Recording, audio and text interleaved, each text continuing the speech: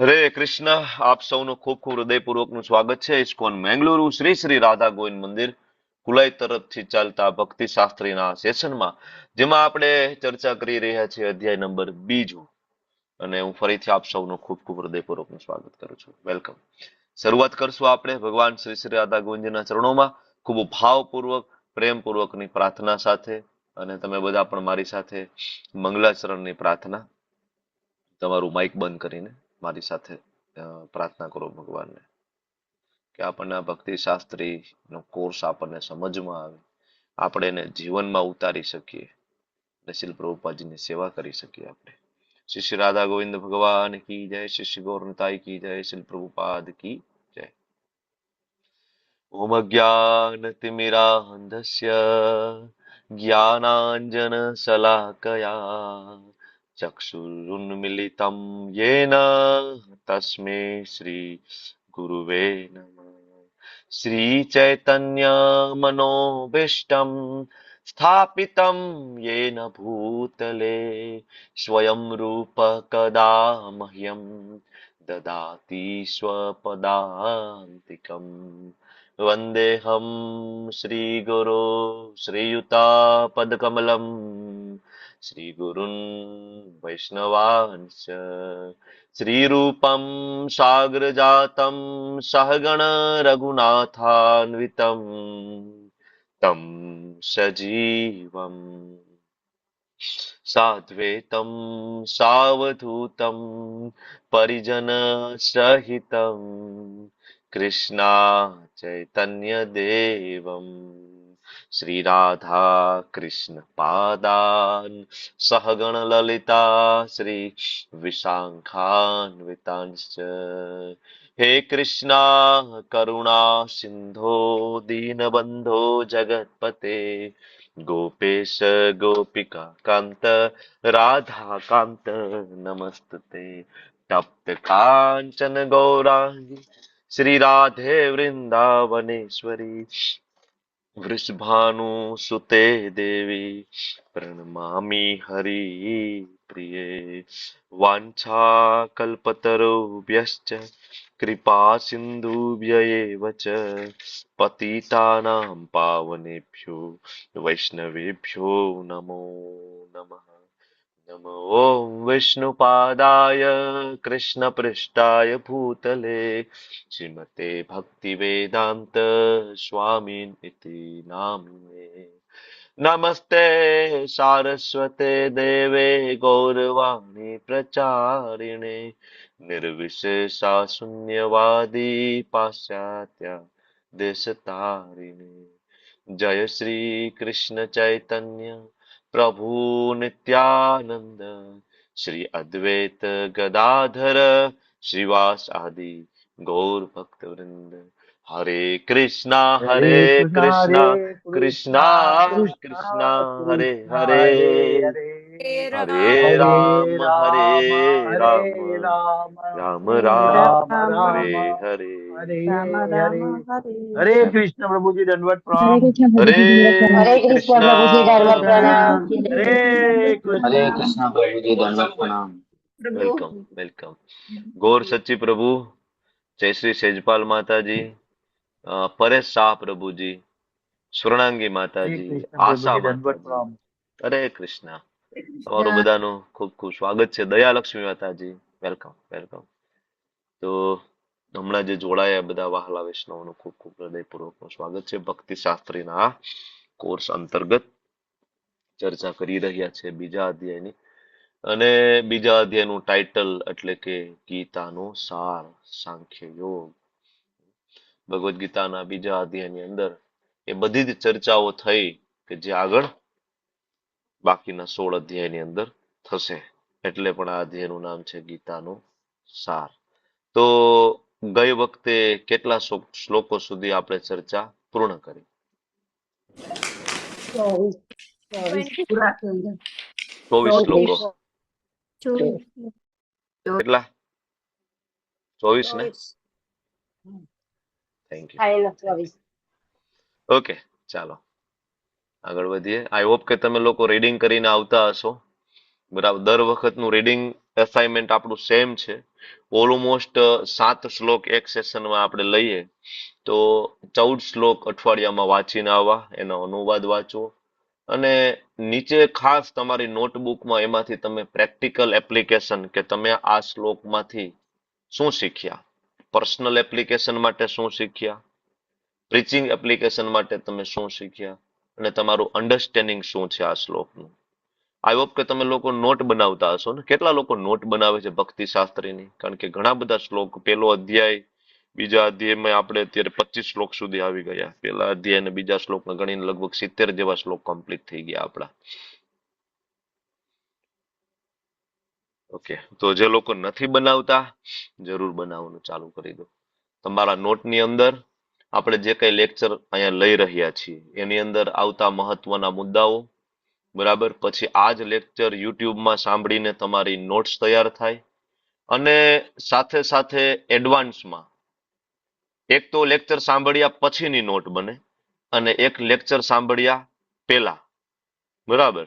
તો પહેલા તમે શું શું એમાંથી સમજ્યા, 3 વસ્તુ, પ્રીચિંગ એપ્લિકેશન, પર્સનલ એપ્લિકેશન અને અન્ડરસ્ટેન્ડિંગ, બરાબર. આ 3 વસ્તુ તમે જરૂર એક એક શ્લોકમાં લખો અને જે શ્લોક પાકા કરવાના છે એ શ્લોક જરૂર તમે લખીને પાકા કરો. એનો અનુવાદ, શ્લોક અને એનો ભાવાર્થ, બધી વસ્તુ લખીને પાકી કરો. અને જ્યારે લખો છો ત્યારે પ્રભુપાદના ભાવાર્થને મુદ્દાઓમાં વહેંચી દો, જેથી તમને યાદ રાખવું બહુ સરળ પડશે. બરાબર. આઈ હોપ કે તમે આ રીતના કરતા હશો, કારણ કે આ ભક્તિ શાસ્ત્રનું સ્ટડી આ પ્રમાણે થાય. ખાલી આવશો અને સાંભળીને જતા રહેશો અને છેલ્લે CBA ની એક્ઝામ ડિક્લેર થશે, તમારી પાસે તમારી કોઈ નોટ્સ કે કાંઈ હશે નહીં, તો થોડું મુશ્કેલ થાય કદાચ એક્ઝામની અંદર. આજે એક્ઝામની ડેટ ડિક્લેર થઈ ગઈ CBA ની, પણ બેચ નંબર 3 માટે, તમારા માટે નહીં, તમારે હજી વાર છે. બેચ નંબર 3 ની CBA ની એક્ઝામની ડેટ ડિક્લેર થઈ ગઈ. ઓલમોસ્ટ 25 દિવસ પછી એમની એક્ઝામ છે, એટલે આટલો સમય આપણને મળે 20-25 દિવસનો તૈયારી કરવા માટે. આઈ હોપ કે 6 અધ્યાય માટે તો એટલું સફિશિયન્ટ થઈ જાય ને. 25 દિવસની અંદર તો આપણે તૈયારી કરી શકીએ આરામથી. ઓકે, તો ચાલો આજના શ્લોક તરફ આપણે આગળ વધશું. તમારા પ્રશ્ન જવાબ કઈ હોય તો છેલ્લે લઈ લેશું. શ્રી પ્રભુપાદ કી જય. શ્રી પ્રભુપાદજીના શ્રી ચરણોમાં કોટી કોટી વંદન કરીએ કે મહાત્માના અથાગ પ્રયત્ન થી આપણે આજ ઘેર બેઠા એસી રૂમ ની અંદર આપણે આ ભગવદ્ ગીતાને આટલું સરળતાપૂર્વક સમજી શકીએ છીએ. બાકી લોકો વિદ્વાનો આખી જિંદગી ગાળી નાખે અને છતાં નથી સમજાતું ભગવાન કોણ છે. ખાલી એક મહત્વનો મુદ્દો, બરાબર, નથી સમજાતું ભગવાન કોણ છે. જ્યારે પ્રભુપાદના મિશનમાં જોડાયેલું નાનું બાળકને પૂછો ભગવાન કોણ છે તો કહી દે કૃષ્ણ પૂર્ણ પુરુષોત્તમ, સુપ્રીમ પર્સનાલિટી ઓફ ગોડહેડ, બરાબર. તો આવા મહાન સંત દ્વારા એમનો અથાગ પ્રયત્ન, અથાગ એની મહેનત અને એમની પોતાની હૃદયની ઈચ્છા પ્રભુપાદની. શું કામ આપણે ભક્તિ શાસ્ત્રી કરીએ છીએ? પ્રભુપાદને પ્રસન્ન કરવા માટે. આ પહેલો આપણો ઉદ્દેશ્ય છે. બીજો તો કે પ્રભુપાદે જે કર્યું છે, બરાબર, જે મિશન, બરાબર, હરે કૃષ્ણ મુવમેન્ટ, એ મિશનની અંદર ફૂલ નહીં તો ફૂલની પાંખડી આપણા દ્વારા, બરાબર, એની અંદર અપાવવી જોઈએ. એટલા માટે આપણે ભક્તિ શાસ્ત્રી કરી રહ્યા છીએ અને એના માટે ખૂબ આશીર્વાદની જરૂર પડશે શ્રી પ્રભુપાદજીના. તો અધ્યાય બીજો ચાલી રહ્યો છે. પહેલો અધ્યાય પૂરો થયો, નાનું એવું રિવિઝન તમને આપી દઉં. પહેલા અધ્યાયની અંદર સૈન્ય નિરીક્ષણ થયું, શંખ નાદ થયો અને અર્જુનનો વિષાદ અને અર્જુનના યુદ્ધ ના કરવાના પહેલા અને બીજા અધ્યાયના મળીને ટોટલ 5 કારણ: કરુણા, કોઈ આનંદ નથી, પાપનો ભય, પરંપરાનો નાશ અને અનિર્ણયતા. આમ કરીને 5 દલીલો ભગવાનની સામે રજૂ કરી. 5 બહુ મહત્વના પ્રશ્ન છે આ રજૂ કર્યા અને 6થા શ્લોકની અંદર આવીને ભગવાનને અનિર્ણયતા અને 7મા શ્લોકમાં આવીને અર્જુન એમ કહે છે કે પ્રભુ, બરાબર, મને કોઈ રસ્તો નથી સૂઝતો. કાર્પાન્ય દોષો પહચ સ્વભાવ પૃચ્છામી ત્વામ ધર્મ સમૂઢ ચેતા. હું તમારો શિષ્ય છું, શિષ્ય તે હમ સાધી ત્વામ મામ પ્રસાદી. હવે તમે મને શરણ લઈ લો, તમે મને જ્ઞાન આપો. તો ટર્નિંગ પોઈન્ટ ભગવદ્ ગીતાનો ત્યારથી ચાલુ થયો કે જ્યારે એને શિષ્યત્વ સ્વીકાર્યું. આપણા જીવનમાં પણ ભગવદ્ ગીતાનું જ્ઞાન માત્ર ત્યારે ને ત્યારે પ્રગટ થશે જ્યારે આપણા ગુરુના શરણમાં જશું, ત્યાં સુધી પ્રગટ નહીં થાય. એટલા માટે તમે લોકો અહીં ભક્તિ શાસ્ત્રી કરવા માટે આવ્યા છો. તો તમારું ભક્તિ શાસ્ત્રી પૂરું થતા થતા ઓલમોસ્ટ તમારી બધાની દીક્ષા થઈ જવી જોઈએ. એ આપણો મોટિવ છે. બરાબર. તો જેને 6 મહિના થઈ ગયા હોય, જેને 6 મહિનાથી 4 નિયમનું પાલન, 16 માળા, તો એ લોકો જરૂરથી શેલ્ટરનું ફોર્મ ભરવા માટે આગળ આવી જાવ. બરાબર. શેલ્ટરનું ફોર્મ ભર્યું હોય ને 6 મહિના થઈ ગયા હોય તો આપણે તરત દીક્ષા ફોર્મ ભરવા તરફ હવે ધીમે ધીમે આગળ વધશું. બરાબર. તો આપણો આ મોટિવ છે. બીજા અધ્યાયના 7મા શ્લોકમાં અર્જુન શરણાગત થયા. જેવા શરણાગત થયા અને ભગવાને જ્ઞાન આપવાની શરૂઆત કરી.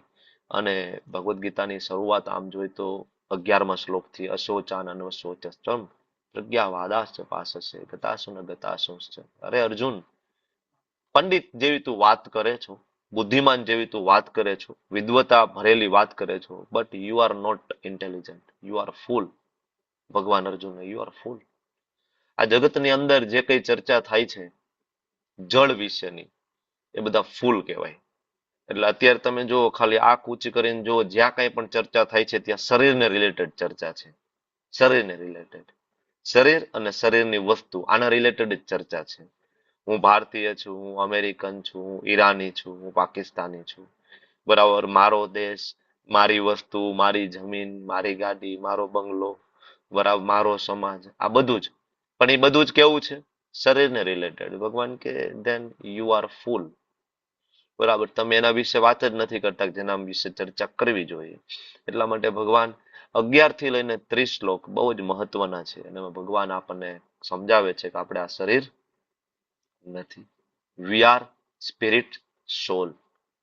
નીંદર નથી આવતી ને તમને લોકોને? ફ્રેશ ફ્રેશ છો ને? હા પ્રભુજી. મોઢું બોઢું ધોઈને બેસજો. કારણ કે સાંખ્ય યોગની ફિલોસોફી એટલી સહેલી નથી.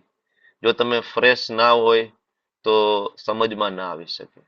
એટલે બને તો ભક્તિ શાસ્ત્રીનો જે દિવસે ક્લાસ હોય બપોરે, તે દિવસે લંચ થોડું લાઇટ લેવું, થોડું ઓછું લેવું, ઓછું જમવું.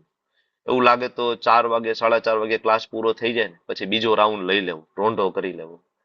બરાબર. પણ આ મંગળ બુધ 2 દિવસ છે ને થોડું લાઇટ લેવું. કારણ કે પેટમાં બહુ બધું ખોરાક પડી જાય ને, તો ઇવન મેડિકલી પણ તમે વિચાર કરો તો એ અન્નને પચાવવા માટે બધો બ્લડ ફ્લો હોય એ સ્ટમક તરફ બરાબર ફ્લો ચાલુ થઈ જાય.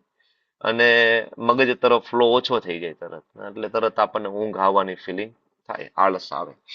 ઓકે. તો આ 2 દિવસ થોડું ધ્યાન રાખવું. કારણ કે આ જિંદગીનો બહુ મહત્વનો સમય છે. જો ભક્તિ શાસ્ત્રી કોઈ વ્યક્તિ ખૂબ નિષ્ઠાપૂર્વક કરે તો એ ભગવાનનો મહાન ભક્ત બની શકે અને મહાન પ્રચારક બની શકે. એટલી મોટી આપણી પાસે ઓપોર્ચ્યુનિટી છે કે આપણે મહાન પ્રચારક બની શકીએ. બરાબર. તો બિલકુલ આ મોકો આપણે જવા દેવો નથી. બરાબર. તો ભગવાન કહે છે કે એવું ક્યારેય નહોતું અર્જુન, તું નહોતો, હું નહોતો, કે આ રાજા નહોતા, આ બધા હતા. અર્જુનના મનમાં પ્રશ્ન થાય, પ્રભુ હું પેલા હતો, અત્યારે છું, આગળ પણ રહીશ, then who I am. ત્યારે ભગવાન એને આગળ 13મા શ્લોકમાં કહે છે, અર્જુન સમજ્યો નહીં તું? જેવી રીતના કુમાર અવસ્થામાંથી યુવા અવસ્થામાં આવીએ, યુવા અવસ્થામાંથી વૃદ્ધાવસ્થામાં આવીએ ને, સેમ વે અર્જુન, એવી રીતના આ શરીર છે એ બદલતું રહે છે, પણ આત્મા ટ્રાન્સમાઇગ્રેટ કન્ટિન્યુઅસ થતો જાય છે, કોન્સ્ટન્ટ. બરાબર. તો અહીંયા આપણને સમજાવે છે ભગવાન કે આપણે આ શરીર નથી, આપણે આત્મા છીએ. અને અર્જુન કહે છે, બરાબર પ્રભુ તમારી વાત સાચી, આપણે શરીર નથી, આત્મા છીએ, પણ મને તો પ્રેમ શરીર સાથે છે ને. ભીષ્મદેવ, દ્રોણ કેવી રીતના દુઃખને સહન કરવું, ત્યારે ભગવાન ભગવદ્ ગીતાની સૌથી મહત્વની વસ્તુ સમજાવે છે, તિતિક્ષવ. અર્જુન સહન કરવું પડશે, સહન કરવું પડશે, સહન કર્યા વગર નહીં ચાલે. બરાબર. એટલે ભગવાન કહે છે, એક જ મિનિટ, ડિસ્ટર્બન્સ છે કઈ.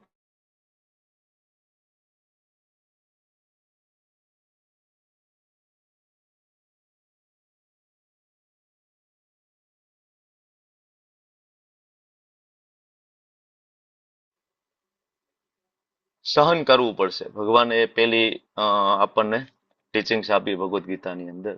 અને સહન કરશું તો શું મળશે? અમૃતવાય કલ્પતે. બરાબર. સુખ પ્રાપ્ત થશે. આ જગતનું નહીં, ટ્રાન્સેન્ડેન્ટલ નેક્ટર પ્રાપ્ત થશે. અને ભગવાન પછી હવે આત્મા વિશેના ગુણોની ચર્ચાની શરૂઆત કરી. સત્યના દ્રષ્ટાઓ એવા નિષ્કર્ષ ઉપર આવ્યાથી લઈને બરાબર આત્માનું કોઈ મૃત્યુ નથી અને શરીરનું મૃત્યુ વારંવાર થાય છે.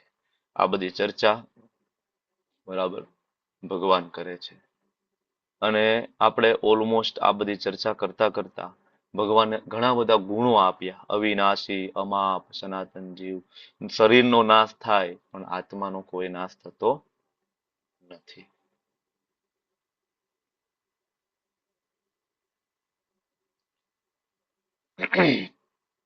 ઓકે, અને પછી આપણે 19મો શ્લોક થઈ ગયું. અને ન જાય તે મ્રિયે તે વા કદાચિન. સેમ આત્માના અલગ અલગ લક્ષણો, અવિનાશી, સનાતન. ભગવાન એક એક્ઝામ્પલ લઈને આવ્યા. વાંસાંસી જીર્ણાની યથા વિહાય નવાની ગ્રહણાતિ નરોપરાણ. મતલબ એક્ઝામ્પલ લીધું વસ્ત્રનું, બરાબર ને, જે બહુ પ્રેક્ટિકલ છે. આપણે લાસ્ટ ટાઈમ વાત કરી હતી. અને પછી આત્માના ગુણો, નેનમ છિંદંતી શસ્ત્રાણી નેનમ દહતી પાવક. અને આગળ ભગવાન કહે આત્મા અખંડ છે, કોઈ દિવસ જોડાઈ ના શકે, ઇમ્પોસિબલ છે, બરાબર. અને એ શ્લોક પૂરો કરી અને આપણે અહીંયા પહોંચ્યા છીએ, બરાબર છે ને. 25મો શ્લોક. અને હવે ભગવાન આગળ કહે છે અવ્યક્તો અયમ અચિંત્યોયમ. હજી ભગવાન આગળ કહે છે અર્જુન, અવ્યક્તો અયમ. અવ્યક્ત એટલે અદ્રશ્ય, અચિંત્યો અયમ એટલે કે અચિંત્ય છે. અને અવ્યક્તો અયમ અચિત્યોયમ અવિકાર્યો અયમ ઉચ્યતે. અવિકાર્ય એટલે એની અંદર વિકાર ના આવે, પરિવર્તન ના થાય, બરાબર.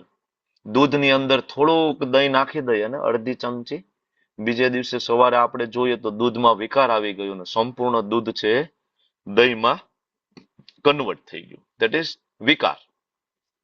ભગવાન કે એવું નહીં બને કે આત્મામાં કોઈ દિવસ વિકાર આવશે, એટલે અવિકાર્યો અયમ ઉચ્યતે. આત્મામાં કોઈ દિવસ વિકાર આવશે નહીં. That is impossible. આનો મતલબ એવો થાય કે આત્મા ગમે એટલો તપ કરી લે, જપ કરી લે, યોગ કરી લે, સાધના કરી લે, વોટ એવર, પણ આત્મા ક્યારેય ભગવાન બની શકતો નથી. ભગવાને કહેવા માંગે છે, બરાબર.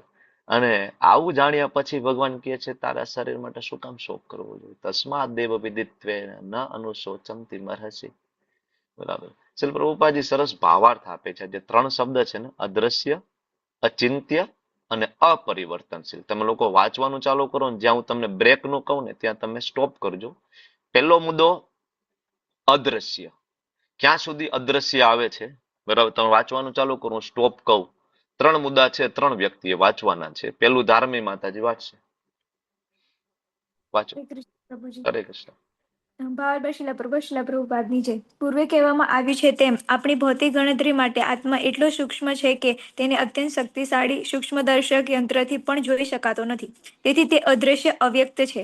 આત્માના અસ્તિત્વ સંબંધમાં કહી શકાય કે શ્રુતિ અર્થાત વૈદિક ઓકે, જ્ઞાનના આ અદ્રશ્ય અને અવ્યક્ત છે ને, બરાબર. ત્યાં સુધી અદ્રશ્યની વાત થઈ કે આત્મા કેવો છે? અદ્રશ્ય. ભૌતિક ગણતરી માટે આત્મા એટલો સૂક્ષ્મ છે કે શક્તિશાળી માઇક્રોસ્કોપ દ્વારા પણ તમે એને જોઈ શકશો નહીં, બરાબર. એટલે પેલું અદ્રશ્ય. ઓકે, નેક્સ્ટ પ્રિન્સી માતાજી, આત્માના અસ્તિત્વના સંબંધમાં, ત્યાંથી વાંચો. આત્માના અસ્તિત્વના સંબંધમાં કહી શકાય કે શ્રુતિ અર્થાત વૈદિક જ્ઞાનના પ્રમાણ સિવાય અન્ય કોઈ પ્રયોગ દ્વારા તેના અસ્તિત્વને સિદ્ધ કરી શકાતું નથી. આપણે આ સત્યનો સ્વીકાર કરવો પડે છે, કારણ કે અનુભવ ગમ્ય સત્ય હોવા છતાં આત્માના અસ્તિત્વને જાણવાનું અન્ય કોઈ સાધન નથી. એવી અનેક બાબતો છે જેનો સ્વીકાર આપણે માત્ર ઉચ્ચતર પ્રમાણભૂત સ્ત્રોતના આધારે કરવો પડે છે. માતાના પ્રમાણ પર આધારિત એવા તેના પિતાના અસ્તિત્વને કોઈ પણ વ્યક્તિ નકારી શકે નહીં. માતાના પ્રમાણ સિવાય પિતાને ઓળખવા કે જાણવાનું અન્ય કોઈ સાધન નથી. તે જ પ્રમાણે વેદોના અધ્યયન સિવાય આત્માના અસ્તિત્વને જાણવાનો અન્ય કોઈ ઉપાય નથી. બીજા શબ્દોમાં આત્મા માનવીય પ્રાયોગિક જ્ઞાન દ્વારા અલ્પનીય છે. આત્મા ચેતના છે અને સચેતન છે, એ પણ વેદોનું કથન છે. અને ઓકે એ માતાજી, આપણે હરે કૃષ્ણ. તો હરે કૃષ્ણ. અકલ્પનીય છે એ શબ્દ ત્યાં પૂરો થયો. ત્યાં સુધીની જે ચર્ચા છે એ આત્માનું અચિંત્યપણું. જો ભાઈ, આપણી બુદ્ધિ દ્વારા આપણે આત્માને સમજી શકીશું નહીં. બરાબર. આત્માના અસ્તિત્વના સંબંધમાં કહી શકાય કે શ્રુતિ અર્થાત વૈદિક જ્ઞાનના પ્રમાણ સિવાય બીજો કોઈ પ્રયોગ દ્વારા એના અસ્તિત્વને સિદ્ધ કરી શકાતું નથી. તમે એમ કહેશો કે હું વિજ્ઞાનની દ્રષ્ટિએ સાબિત કરી દઉં તો ધેટ ઇઝ ઇમ્પોસિબલ. એ શક્ય બનશે નહીં, કારણ કે એ ભૌતિક વિજ્ઞાન એ માઇક્રોસ્કોપ એ બધું જ ભૌતિક છે, મટીરિયલ છે. અને જે વ્યક્તિએ બનાવ્યું છે એ વ્યક્તિ પણ મટીરિયલ છે પંચમહાભૂતમાંથી. અને જે વ્યક્તિએ માઇક્રોસ્કોપ બનાવ્યું છે એ અપૂર્ણ ઇન્દ્રિય ધરાવતો વ્યક્તિ છે, કારણ કે આ જગતની અંદર આપણે જન્મ લઈએ છીએ બધા 5 ખામી સાથે. બરાબર. એમાં એક અપૂર્ણ ઇન્દ્રિય આપણી છે. તો અપૂર્ણ ઇન્દ્રિય હોવાના કારણે આપણા દ્વારા થયેલું કોઈ પણ ઇન્વેન્શન હંમેશા કેવું રહેવાનું? અપૂર્ણ, અપૂર્ણ. તો હવે એવી વસ્તુ હોય કે જે પૂર્ણ હોય, જેના દ્વારા તમે આત્માને જોઈ શકો, કારણ કે આત્મા છે દિવ્ય છે. તો એને જોવા માટે પણ જે સાધન હોય એ દિવ્ય હોવું જોઈએ, અને એ જે સાધન છે એ વેદ છે. એ જે સાધન છે એ શ્રીમદ ભગવદ્ ગીતા છે. સાધન છે ભગવાનની સ્વયંની વાણી છે. તો એના સિવાય તમારી પાસે બીજો કોઈ ઓપ્શન નથી. જેવી રીતના પ્રભુપાદ એક સરસ અહીંયા ઉદાહરણ આપે છે કે ભાઈ માતાના પ્રમાણ ઉપર આધારિત છે કે આપણા પિતા કોણ છે. બરાબર. આપણે મોટા થયા તો આપણને આપણા પિતાજીની ઓળખાણ કોને કરાવી કે આ તારા પિતા છે? માતા. બરાબર, માતા. અને માતાથી આ જગતમાં બીજું કોઈ એવું વ્યક્તિ હોય કે જેને પરફેક્ટલી ખબર હોય કે આનો પિતા આ જ છે? માત્ર માતાને ખબર હોય, બીજા કોઈને ના ખબર હોય. બરાબર ને? પરફેક્ટલી માતા સિવાય કોઈ ના કહી શકે ને કે આનો પિતા કોણ છે. બરાબર. તો માતાના પ્રમાણ સિવાય પિતાને ઓળખવું કે જાણવું બીજું કોઈ સાધન નથી. That is impossible. બરાબર. સેમ વે જ્યારે આપણે આત્માને જાણવું હોય તો વેદ સિવાય શક્ય નથી. બીજી કોઈ પદ્ધતિ ઉપજાવી કાઢેલી ચાલશે નહીં. એટલે એને અચિંત્ય કહેવામાં આવે છે. અને છેલ્લો શબ્દ અપરિવર્તનશીલ. ચાલો, હેન્ડરેસ બધા ક્યાં ગયા? ગાયબ થઈ ગયા. ચાલો વાંચો. આત્મા ચેતન છે ત્યાંથી. નીતા માતાજી વાંચો. નીતા માતાજી. હરે કૃષ્ણ પ્રભુજી. આત્મા ચેતન છે. આપણે સ્વીકારવું જોઈએ આત્મામાં શરીરમાં થાય છે તેવા ફેરફારો થતા નથી. સદા અવિકારી રહેતો આત્મા અનંત પરમાત્માની તુલનામાં અણુરૂપ છે. પરમાત્મા અનંત છે અને અણુ આત્મા અતિ સૂક્ષ્મ છે. તેથી અતિ સૂક્ષ્મ આત્મા અવિકારી હોવાને લીધે અનંત આત્મા એવા પૂર્ણ પુરુષોત્તમ પરમેશ્વરનો સમકક્ષ કદાપી થઈ શકે નહીં. આ જ વિચાર વેદોમાં જુદી જુદી રીતે આત્માના સ્થાયિત્વનું સમર્થન કરવા માટે પુનઃ વ્યક્ત થયો છે. આપણે કોઈ બાબતને અચૂકપણે સારી રીતે સમજી શકીએ એટલા માટે એ બાબતનું પુનરાવર્તન કરવું જરૂરી બને છે. હરે કૃષ્ણ. થેન્ક યુ માતાજી. ખૂબ ખૂબ ધન્યવાદ. અહીંયા આપણને પ્રભુપાદ એ ત્રીજો મુદ્દો અપરિવર્તનશીલ એટલે કે અવિકાર્ય, જેની અંદર વિકાર આવતા નથી. બરાબર. શરીરની અંદર ફેરફાર થાય છે પણ આત્મામાં કોઈ ફેરફાર થાય નહીં. શરીરમાં 6 પ્રકારના રૂપાંતરો થાય. કયા કયા 6 પ્રકારના રૂપાંતરો થાય શરીરમાં? માતાના કુખે જન્મ થાય, પછી થોડા સમય રહે છે, વૃદ્ધિ પામે છે, પછી આડઅસરો ઉત્પન્ન કરે છે, ધીરે ધીરે ક્ષીણ થાય છે અને છેવટે અદ્રશ્ય થઈ જાય. મૃત્યુ પામે. બરાબર. તો આ 6 ફેરફારો શરીરમાં થાય પણ આત્મામાં થાય નહીં. That is impossible. બરાબર. એટલે આત્મામાં આ કોઈ પણ પ્રકારના ફેરફાર થતા નથી. ઓકે. એટલે અહીંયા ભગવાન આપણને બહુ ક્લિયરલી કહે છે અને પ્રભુપાદ આપણને તાત્પર્યમાં સમજાવે છે કે આત્માની અનંત પરમાત્મા સાથેની તુલના એ મૂર્ખામી છે. અહીંયા માયાવાદી જે છે ને, સાધુ માયાવાદી વર્ગ, એને આડે હાથ લે છે પ્રભુપાદ. માયાવાદીનું માનવું એવું છે કે એક દિવસ આત્મા પરમાત્મામાં ભળી જશે અને આત્મા પોતે પરમાત્મા બની જશે.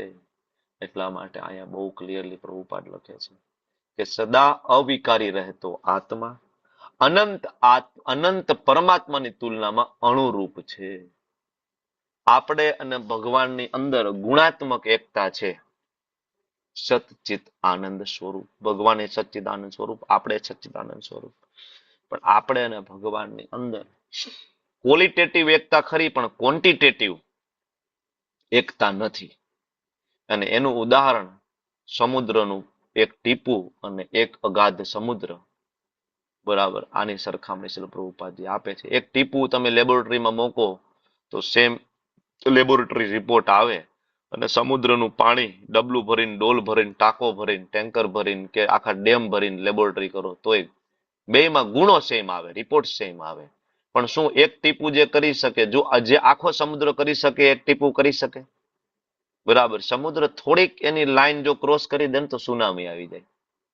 બરાબર. શહેરોના શહેરો ડૂબી જાય અને આપણે જે મોડર્ન ટેકનોલોજીને કહીએ છીએ એનું કાંઈ એમાં ચાલતું નથી.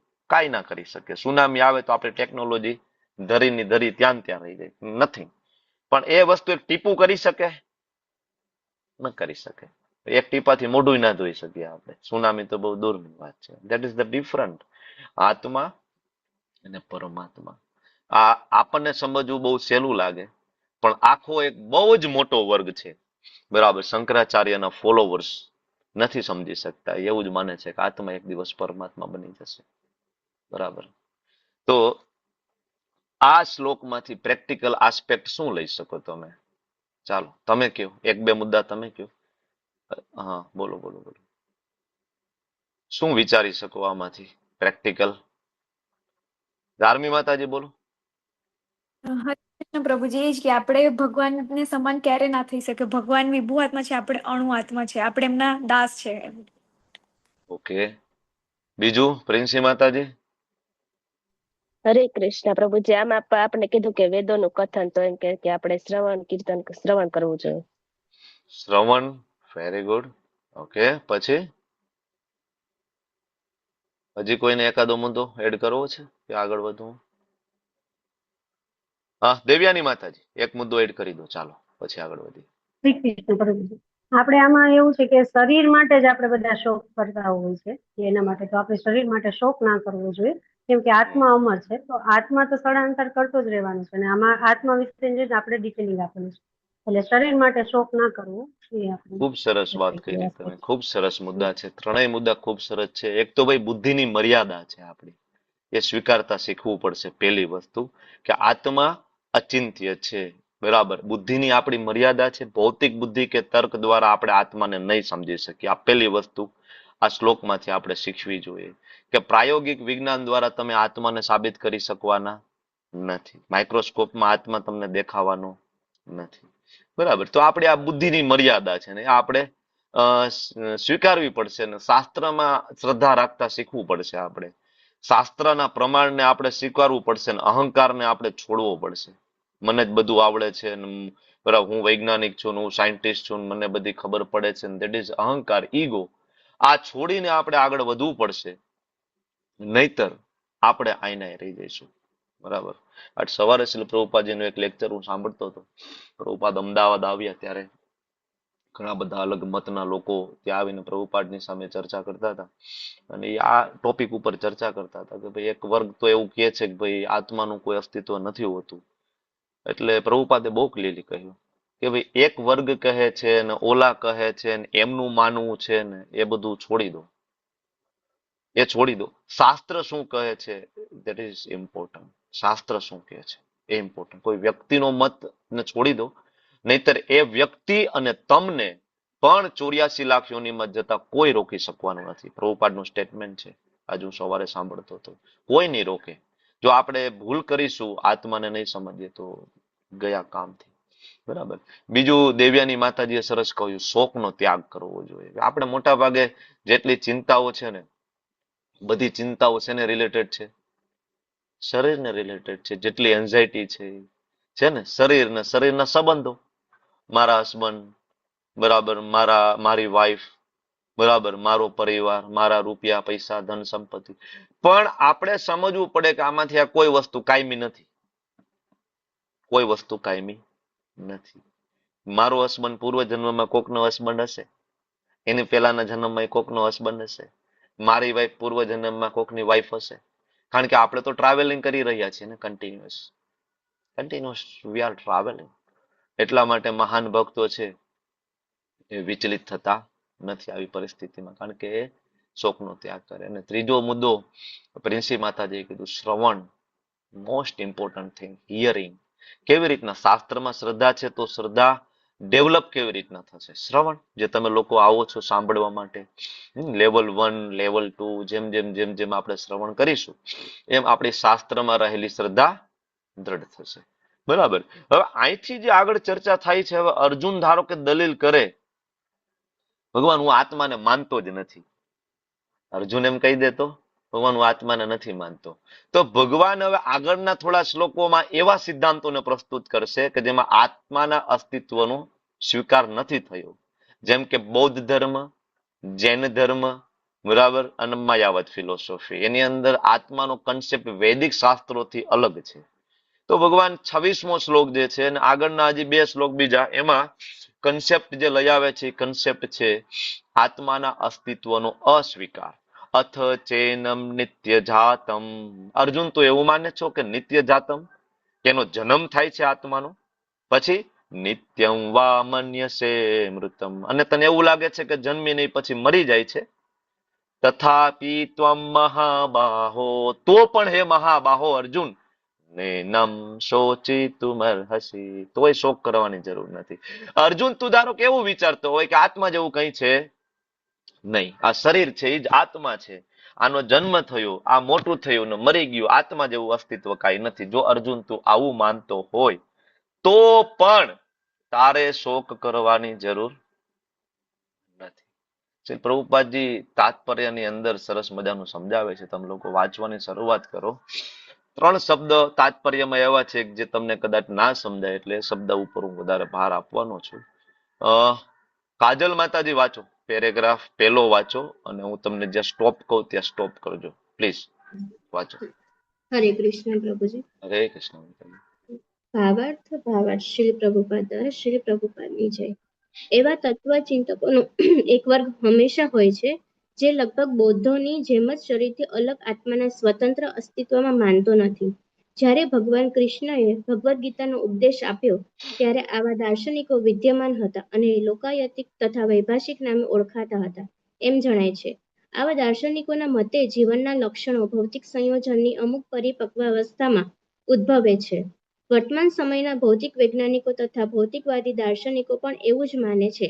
તેમના મતે શરીર ભૌતિક તત્વોનો સંયોગ છે અને એક તબક્કો એવો આવે છે કે જ્યારે ભૌતિક તથા રાસાયણિક તત્વોની અરસપરસ ક્રિયાથી જીવનના લક્ષણો વિકસે છે. નૃવંશ શાસ્ત્ર આ જ વિચારધારા પર આધારિત છે. હાલમાં અમેરિકામાં જેનું પ્રચલન થઈ રહ્યું છે તેવા બનાવટી ધર્મો પણ આ વિચારધારાને તેમજ શૂન્યવાદી અભક્ત બૌદ્ધ વિચારધારાના મતને અનુસરે છે. હરે કૃષ્ણ. હરે કૃષ્ણ. Thank you. તો આમાં શ્રીલ પ્રભુપાદજી કહે છે કે એવા તત્વ ચિંતકોનો એક વર્ગ હંમેશા હોય છે, પેલા એ તો અત્યારે છે, બરાબર, કે જે શરીરથી અલગ આત્માનું સ્વતંત્ર અસ્તિત્વ માનતો નથી. હમણાં આપણે વાત કરી એમ કે ભાઈ શરીર છે એ જ આત્મા છે, બરાબર. તો આમાં 2 શબ્દ શ્રીલ પ્રભુપાદજી મૂકે છે, લોકાયતિક અને વૈભાષિક, અને બીજું એક છે નૃવંશ શાસ્ત્ર. તો લોકાયતિક કોને કહેવાય? લોકાયતિક મતલબ એવા નાસ્તિક લોકોનો એક વર્ગ છે કે જે એવું માને છે કે જીવન માત્ર ભૌતિક તત્વોના મિશ્રણથી બનેલું છે, આત્માનું કોઈ અલગ અસ્તિત્વ નથી, બરાબર. એટલે પ્રભુપાદ સમજાવે છે કે આ લોકાયતિક એટલે કોણ? તો કે આજનું આધુનિક વિજ્ઞાન, બરાબર, એ એવા લોકોની અંતર્ગત છે કે જેવું માને છે કે ચોક્કસ પ્રકારના કેમિકલ ભેગા થાય, બરાબર, એનાથી જ ચેતના છે ઉત્પન્ન થાય છે, ભૌતિક તત્વો ભેગા થવાથી લાઈફ ઉત્પન્ન થાય, અને એના મતે મૃત્યુ પછી બધું પૂરું થઈ જાય છે, કોઈ પુનર્જન્મ જેવી વાત હોતી નથી. વિજ્ઞાન અત્યાર સુધી પુનર્જન્મ કે આત્માની અંદર બિલીવ કરતું નથી. વિજ્ઞાન હજી એવું માને છે કે શરીરમાંથી એવું કયું કેમિકલ નીકળી ગયું કે શરીર છે એ ચેતના વિહીન થઈ ગયું, તો એ કેમિકલ આપણે શોધીએ, અને જો એ કેમિકલ આપણે લેબોરેટરીમાં બનાવી નાખીએ તો આપણે બધાને અમર કરી દઈશું, અથવા જે મરી જાય ને જીવતા કરી દઈશું. અને આના માટે એક બહુ મોટો વર્ગ વર્ષોથી કામ કરી રહ્યો છે, વર્ષોથી. મેં આની પહેલા તમને 1-2 એક્ઝામ્પલ આપ્યા છે, તમે લોકો ગૂગલ કરી શકશો. વિદેશની અંદર એક એવી આખી સંસ્થા છે કે જે સંસ્થાનું એવું કેવું છે કે જે લોકો મૃત્યુની નજીક હોય, સંસ્થાના લોકો એની બાજુમાં જાય, એને પૂછે, એને કહે, બરાબર, કે ભાઈ તમે જ્યારે મૃત્યુ પામશો, બરાબર, તો તમારી ડેડ બોડી અમારે ત્યાં સ્ટોર અમે કરી લઈશું, અને તમારી જેટલું ધન સંપત્તિ હોય બધું તમે અમારા ટ્રસ્ટમાં જમા કરાવી દો, અને અત્યારે રિસર્ચ ચાલુ છે, બરાબર, જેવું આપણે કેમિકલને શોધી લઈશું, એ કેમિકલ પાછું તમારા બોડીમાં નાખી દઈશું અને તમે પાછા જીવતા થઈ જશો. હવે જીવતા થાવ તો ત્યારે તમારે રૂપિયા પૈસા જમીનની પાછી જરૂર પડશે. બરાબર, અત્યારે તો હજી વિજ્ઞાન નથી, પણ આગળ વિજ્ઞાન વિકસી જશે 25-50 વર્ષમાં. પણ તમારું બોડી અમે સ્ટોર કરીએ છીએ અને પછી એમાં પાછું અમે જીવ નાખી દેશું. તો તમે જીવતા તો થઈ ગયા, પણ 50 વર્ષ પછી તમારી પાસે રૂપિયા પૈસા સંપત્તિ નહીં હોય, તો અમને આપી દો, અમે તમને ત્યારે આપી દઈશું. અને આની અંદર અત્યારે વેઇટિંગ ચાલે છે. બરાબર, એટલે પ્રભુપાદ બહુ ક્લિયરલી કહેતા, ખરેખર તમારે છેતરાવવું હોય ને, બરાબર, if you want to be cheated, then cheater is there always. Cheater છે જ. તમારા પાખંડમાં ફસાવવું છે તો પાખંડીઓનો કોઈ પાર નથી. બરાબર, એટલે અહીંયા લોકાયતિક શબ્દનો મતલબ થાય કે કેમિકલથી ચેતનાને ઉત્પન્ન કરી શકાય. હવે આવું અત્યારે જ છે એવું નથી. અત્યારે આ બરાબર પૂર્વથી ચાલ્યું આવે. ચારવાક નું નામ સાંભળ્યું છે? ચારવાક ઋષિનું તમે લોકોએ? ચારવાક નું નથી સાંભળ્યું? અરે બહુ ફેમસ છે ચારવાક. પ્રભુ હા, બોલો બોલો, શું સાંભળ્યું ચારવાક વિશે? એ પ્રભુ એમ કે છે ને કે મોજ કરી લો, એ કે જ્યાં સુધી છો ત્યાં સુધી બધું ચારવાક કરી. નું એક સ્ટેટમેન્ટ બહુ ફેમસ છે કે દેવું કરો અને ઘી પીવો. બરાબર, જ્યાં સુધી જીવો ત્યાં સુધી સુખેથી જીવો, ભલે દેવું કરીને પણ ઘી પીવો. આ કોનું સ્ટેટમેન્ટ છે? ચારવાકનું. કે દેવું કરો, પાપ કરો, વોટેવર ગમે તે કરો, બસ મજા મજા કરો, કારણ કે આ દેહ બળી ગયા પછી પાછું કઈ મળવાનું નથી. બરાબર, તો આવા લોકો ત્યારે હતા. આને કહેવાય લોકાયતિકાસ. બરાબર, બીજો એક શબ્દ આવ્યો વૈભાષિકાસ. વૈભાષિક બૌદ્ધ દર્શનની એક શાખા છે. વૈભાષિક એટલે બૌદ્ધ દર્શનની એક શાખા છે. બરાબર, જે બુદ્ધ, બરાબર, ભગવાન બુદ્ધ આવ્યા અને જે દર્શન શાસ્ત્ર આપ્યું એની એક શાખા છે. એમાં એ લોકો એવું માને છે કે આત્માનું શાશ્વત અસ્તિત્વ નથી. મતલબ જીવન છે પંચમહાભૂત એટલે પૃથ્વી, જળ, અગ્નિ, વાયુ અને આકાશ, આ ભૌતિક તત્વોના અસ્થાયી મિશ્રણનું પરિણામ છે. અને આ મિશ્રણ વિખેરાઈ ગયું એટલે વ્યક્તિ છે શૂન્યમાં ભળી જાય. ફિનિશ્ડ. આને કહેવાય શૂન્યવાદ. એટલા માટે પ્રભુપાદના મંત્રમાં છે નિર્વિશેષા શૂન્યવાદી પાશ્ચાત દેશ તારીણે. શૂન્યવાદી, નિર્વિશેષવાદી અને શૂન્યવાદી, આ બે લોકોનો મોટો વર્ગ આખા જગતની અંદર ફેલાયેલો છે કે જે બરાબર એવું માને છે કે આત્માનું અલગ કોઈ અસ્તિત્વ નથી. બરાબર, આને કહેવાય વૈભાષિક શૂન્યવાદી. બરાબર, અને નૃવંશ શાસ્ત્ર જે શબ્દ આવ્યો એને ઇંગ્લિશમાં કહેવાય એન્થ્રોપોલોજી. એન્થ્રોપોલોજી, બરાબર, સામાન્ય એનો અર્થ એવો થાય કે મનુષ્ય જાતિનો જે ઉદ્ભવ થયો એનો વિકાસ અને એની સંસ્કૃતિનો અભ્યાસ જેમાં થાય એ શાસ્ત્રને કહેવાય નૃવંશ શાસ્ત્ર. ઉદ્ભવ, વિકાસ અને એની સંસ્કૃતિ. અને આ જ શાસ્ત્ર અંતર્ગત ડાર્વિનનો ઉત્ક્રાંતિવાદ આવે છે. ડાર્વિનનો ઉત્ક્રાંતિવાદ તો યાદ છે ને કે એ ભૂલાઈ ગયો છે કે પેલા વાંદરા હતા અને વાંદરામાંથી ધીમે ધીમે આપણે મનુષ્ય બન્યા. ડાર્વિનનો ઉત્ક્રાંતિવાદ. તો પ્રભુપાદે ત્યારે અમેરિકામાં બેસીને ડાર્વિનના ઉત્ક્રાંતિવાદને ચેલેન્જ કરી હતી. બરાબર, અને આજે હમણાં રિસેન્ટ જે રિસર્ચ થયું એમાં ડાર્વિનના ઉત્ક્રાંતિવાદને ખોટો ઘોષિત કરવામાં આવ્યો વૈજ્ઞાનિકો દ્વારા. અને એટલા માટે અત્યાર સુધી ડાર્વિનનો ઉત્ક્રાંતિવાદ રહ્યો. વાદ એટલે જે હજી પ્રૂવ થયું નથી. નહીતર એને કહેવાય થિયરી. થિયરી મતલબ જે પ્રૂવ થઈ ચૂકેલું છે. ધીસ ઇઝ ટ્રુ થિયરી એટલે. પણ વાદ જે પ્રૂવ ના થયો, તો આજ સુધી ના જ થયો. વિચાર કરો પ્રભુપાદ કેટલા બધા ઇન્ટેલિજન્ટ હશે કે આવા મોટા મોટા વૈજ્ઞાનિકોના મતને અમેરિકામાં બેસીને ખંડન આપતા હતા. બરાબર, જ્યારે અમેરિકા એ સમયે આજથી 60 વર્ષ પહેલા અમેરિકા બરાબર ચંદ્ર ઉપર પેલો પગ મૂક્યો. તમે હું બધા ભણી આવ્યા. પેલો પગ કોને મૂક્યો તો કે નીલ આર્મસ્ટ્રોંગે. બરાબર ને, પ્રભુપાદને કોઈ પૂછવા ગયા તમને શું લાગે પ્રભુપાદ, તો પ્રભુપાદ કે તારે સાચું સાંભળવું છે ખાલી વખાણ સાંભળવા છે? તો ઓલો કે સાચું સાંભળવું છે. પ્રભુપાદે ચોખ્ખું કીધું ધેટ ઇઝ ઇમ્પોસિબલ. ચંદ્ર ઉપર કોઈ દિવસ તમે આ શરીર દ્વારા જઈ જ ના શકો. That is impossible. શક્ય જ નથી. કારણ કે ચંદ્ર ગ્રહ છે એ સ્વર્ગનો ગ્રહ છે એકચ્યુઅલી. તમે ત્યાં જઈ નથી શકતા. શક્ય નથી. આ શરીર દ્વારા, આ બોડી દ્વારા તમે ત્યાં પહોંચી નથી શકતા. અને આજે તમે યુટ્યુબ ને ગૂગલ કરીને જોઈ લો કે એ વિચાર કરો કે કોઈ અમેરિકા જો મૂન લેન્ડિંગ કરી આવ્યું તો રશિયા કેમ ના ગયું? ચાઇના કેમ ના ગયું કોઈ દિવસ? રશિયાએ આજ સુધી ના કર્યું, ચાઇનાએ ના કર્યું, ફ્રાન્સે ના કર્યું, ભારત નેવર, કોઈ નથી કરી શક્યું. That is impossible. બરાબર. તો આવા નૃવંશ શાસ્ત્રમાં પણ આ આપ્યું છે. એટલે અહીં જે 3 શબ્દ મેં તમને સમજાવ્યા, લોકાયતિક, વૈભાષિક અને નૃવંશ શાસ્ત્ર, જે એવું કહે છે કે આત્માનું કોઈ અલગ અસ્તિત્વ નથી. બીજા નંબરનો પેરેગ્રાફ છે, તમે વાંચો. જો અર્જુન આત્માના અસ્તિત્વમાં, ત્યાંથી વાંચો. જય શ્રી સેજપાલ માતાજી, વાંચો. હરે કૃષ્ણ પ્રભુજી, દંડવત પ્રણામ. દંડવત પ્રણામ. જો અર્જુન આત્માના અસ્તિત્વમાં વિશ્વાસ ધરાવતો ન હોત, જેમ વૈભાષિક દર્શનમાં હોય છે તેમ, તો પણ તેને શોક કરવાનું કોઈ કારણ હતું નહીં. કોઈ મનુષ્ય રસાયણોનો થોડો જથ્થો નાશ પામે તે માટે શોક કરતો નથી, અને પોતાના નિયત કર્તવ્ય ધર્મનું પાલન કરવાનું બંધ કરતો નથી. બીજી તરફ જુઓ તો આધુનિક વિજ્ઞાન તથા વૈજ્ઞાનિક યુદ્ધોમાં શત્રુ પર વિજય મેળવવા માટે અનેક ટન રસાયણો વેડફી નાખવામાં આવે છે. વૈભાષિક દર્શન અનુસાર શરીરનો ક્ષય થતાં જ કહેવાતો જીવ અર્થાત આત્મા લુપ્ત થઈ જાય છે. માટે કોઈ પણ સ્થિતિમાં અર્જુનને અણુ આત્માનું અસ્તિત્વ છે એવો વૈદિક નિર્ણય માન્ય હોય કે પછી તેને આત્માના અસ્તિત્વમાં વિશ્વાસ ન હોય, તો પણ તેના માટે શોક કરવાનું કોઈ કારણ ન હતું.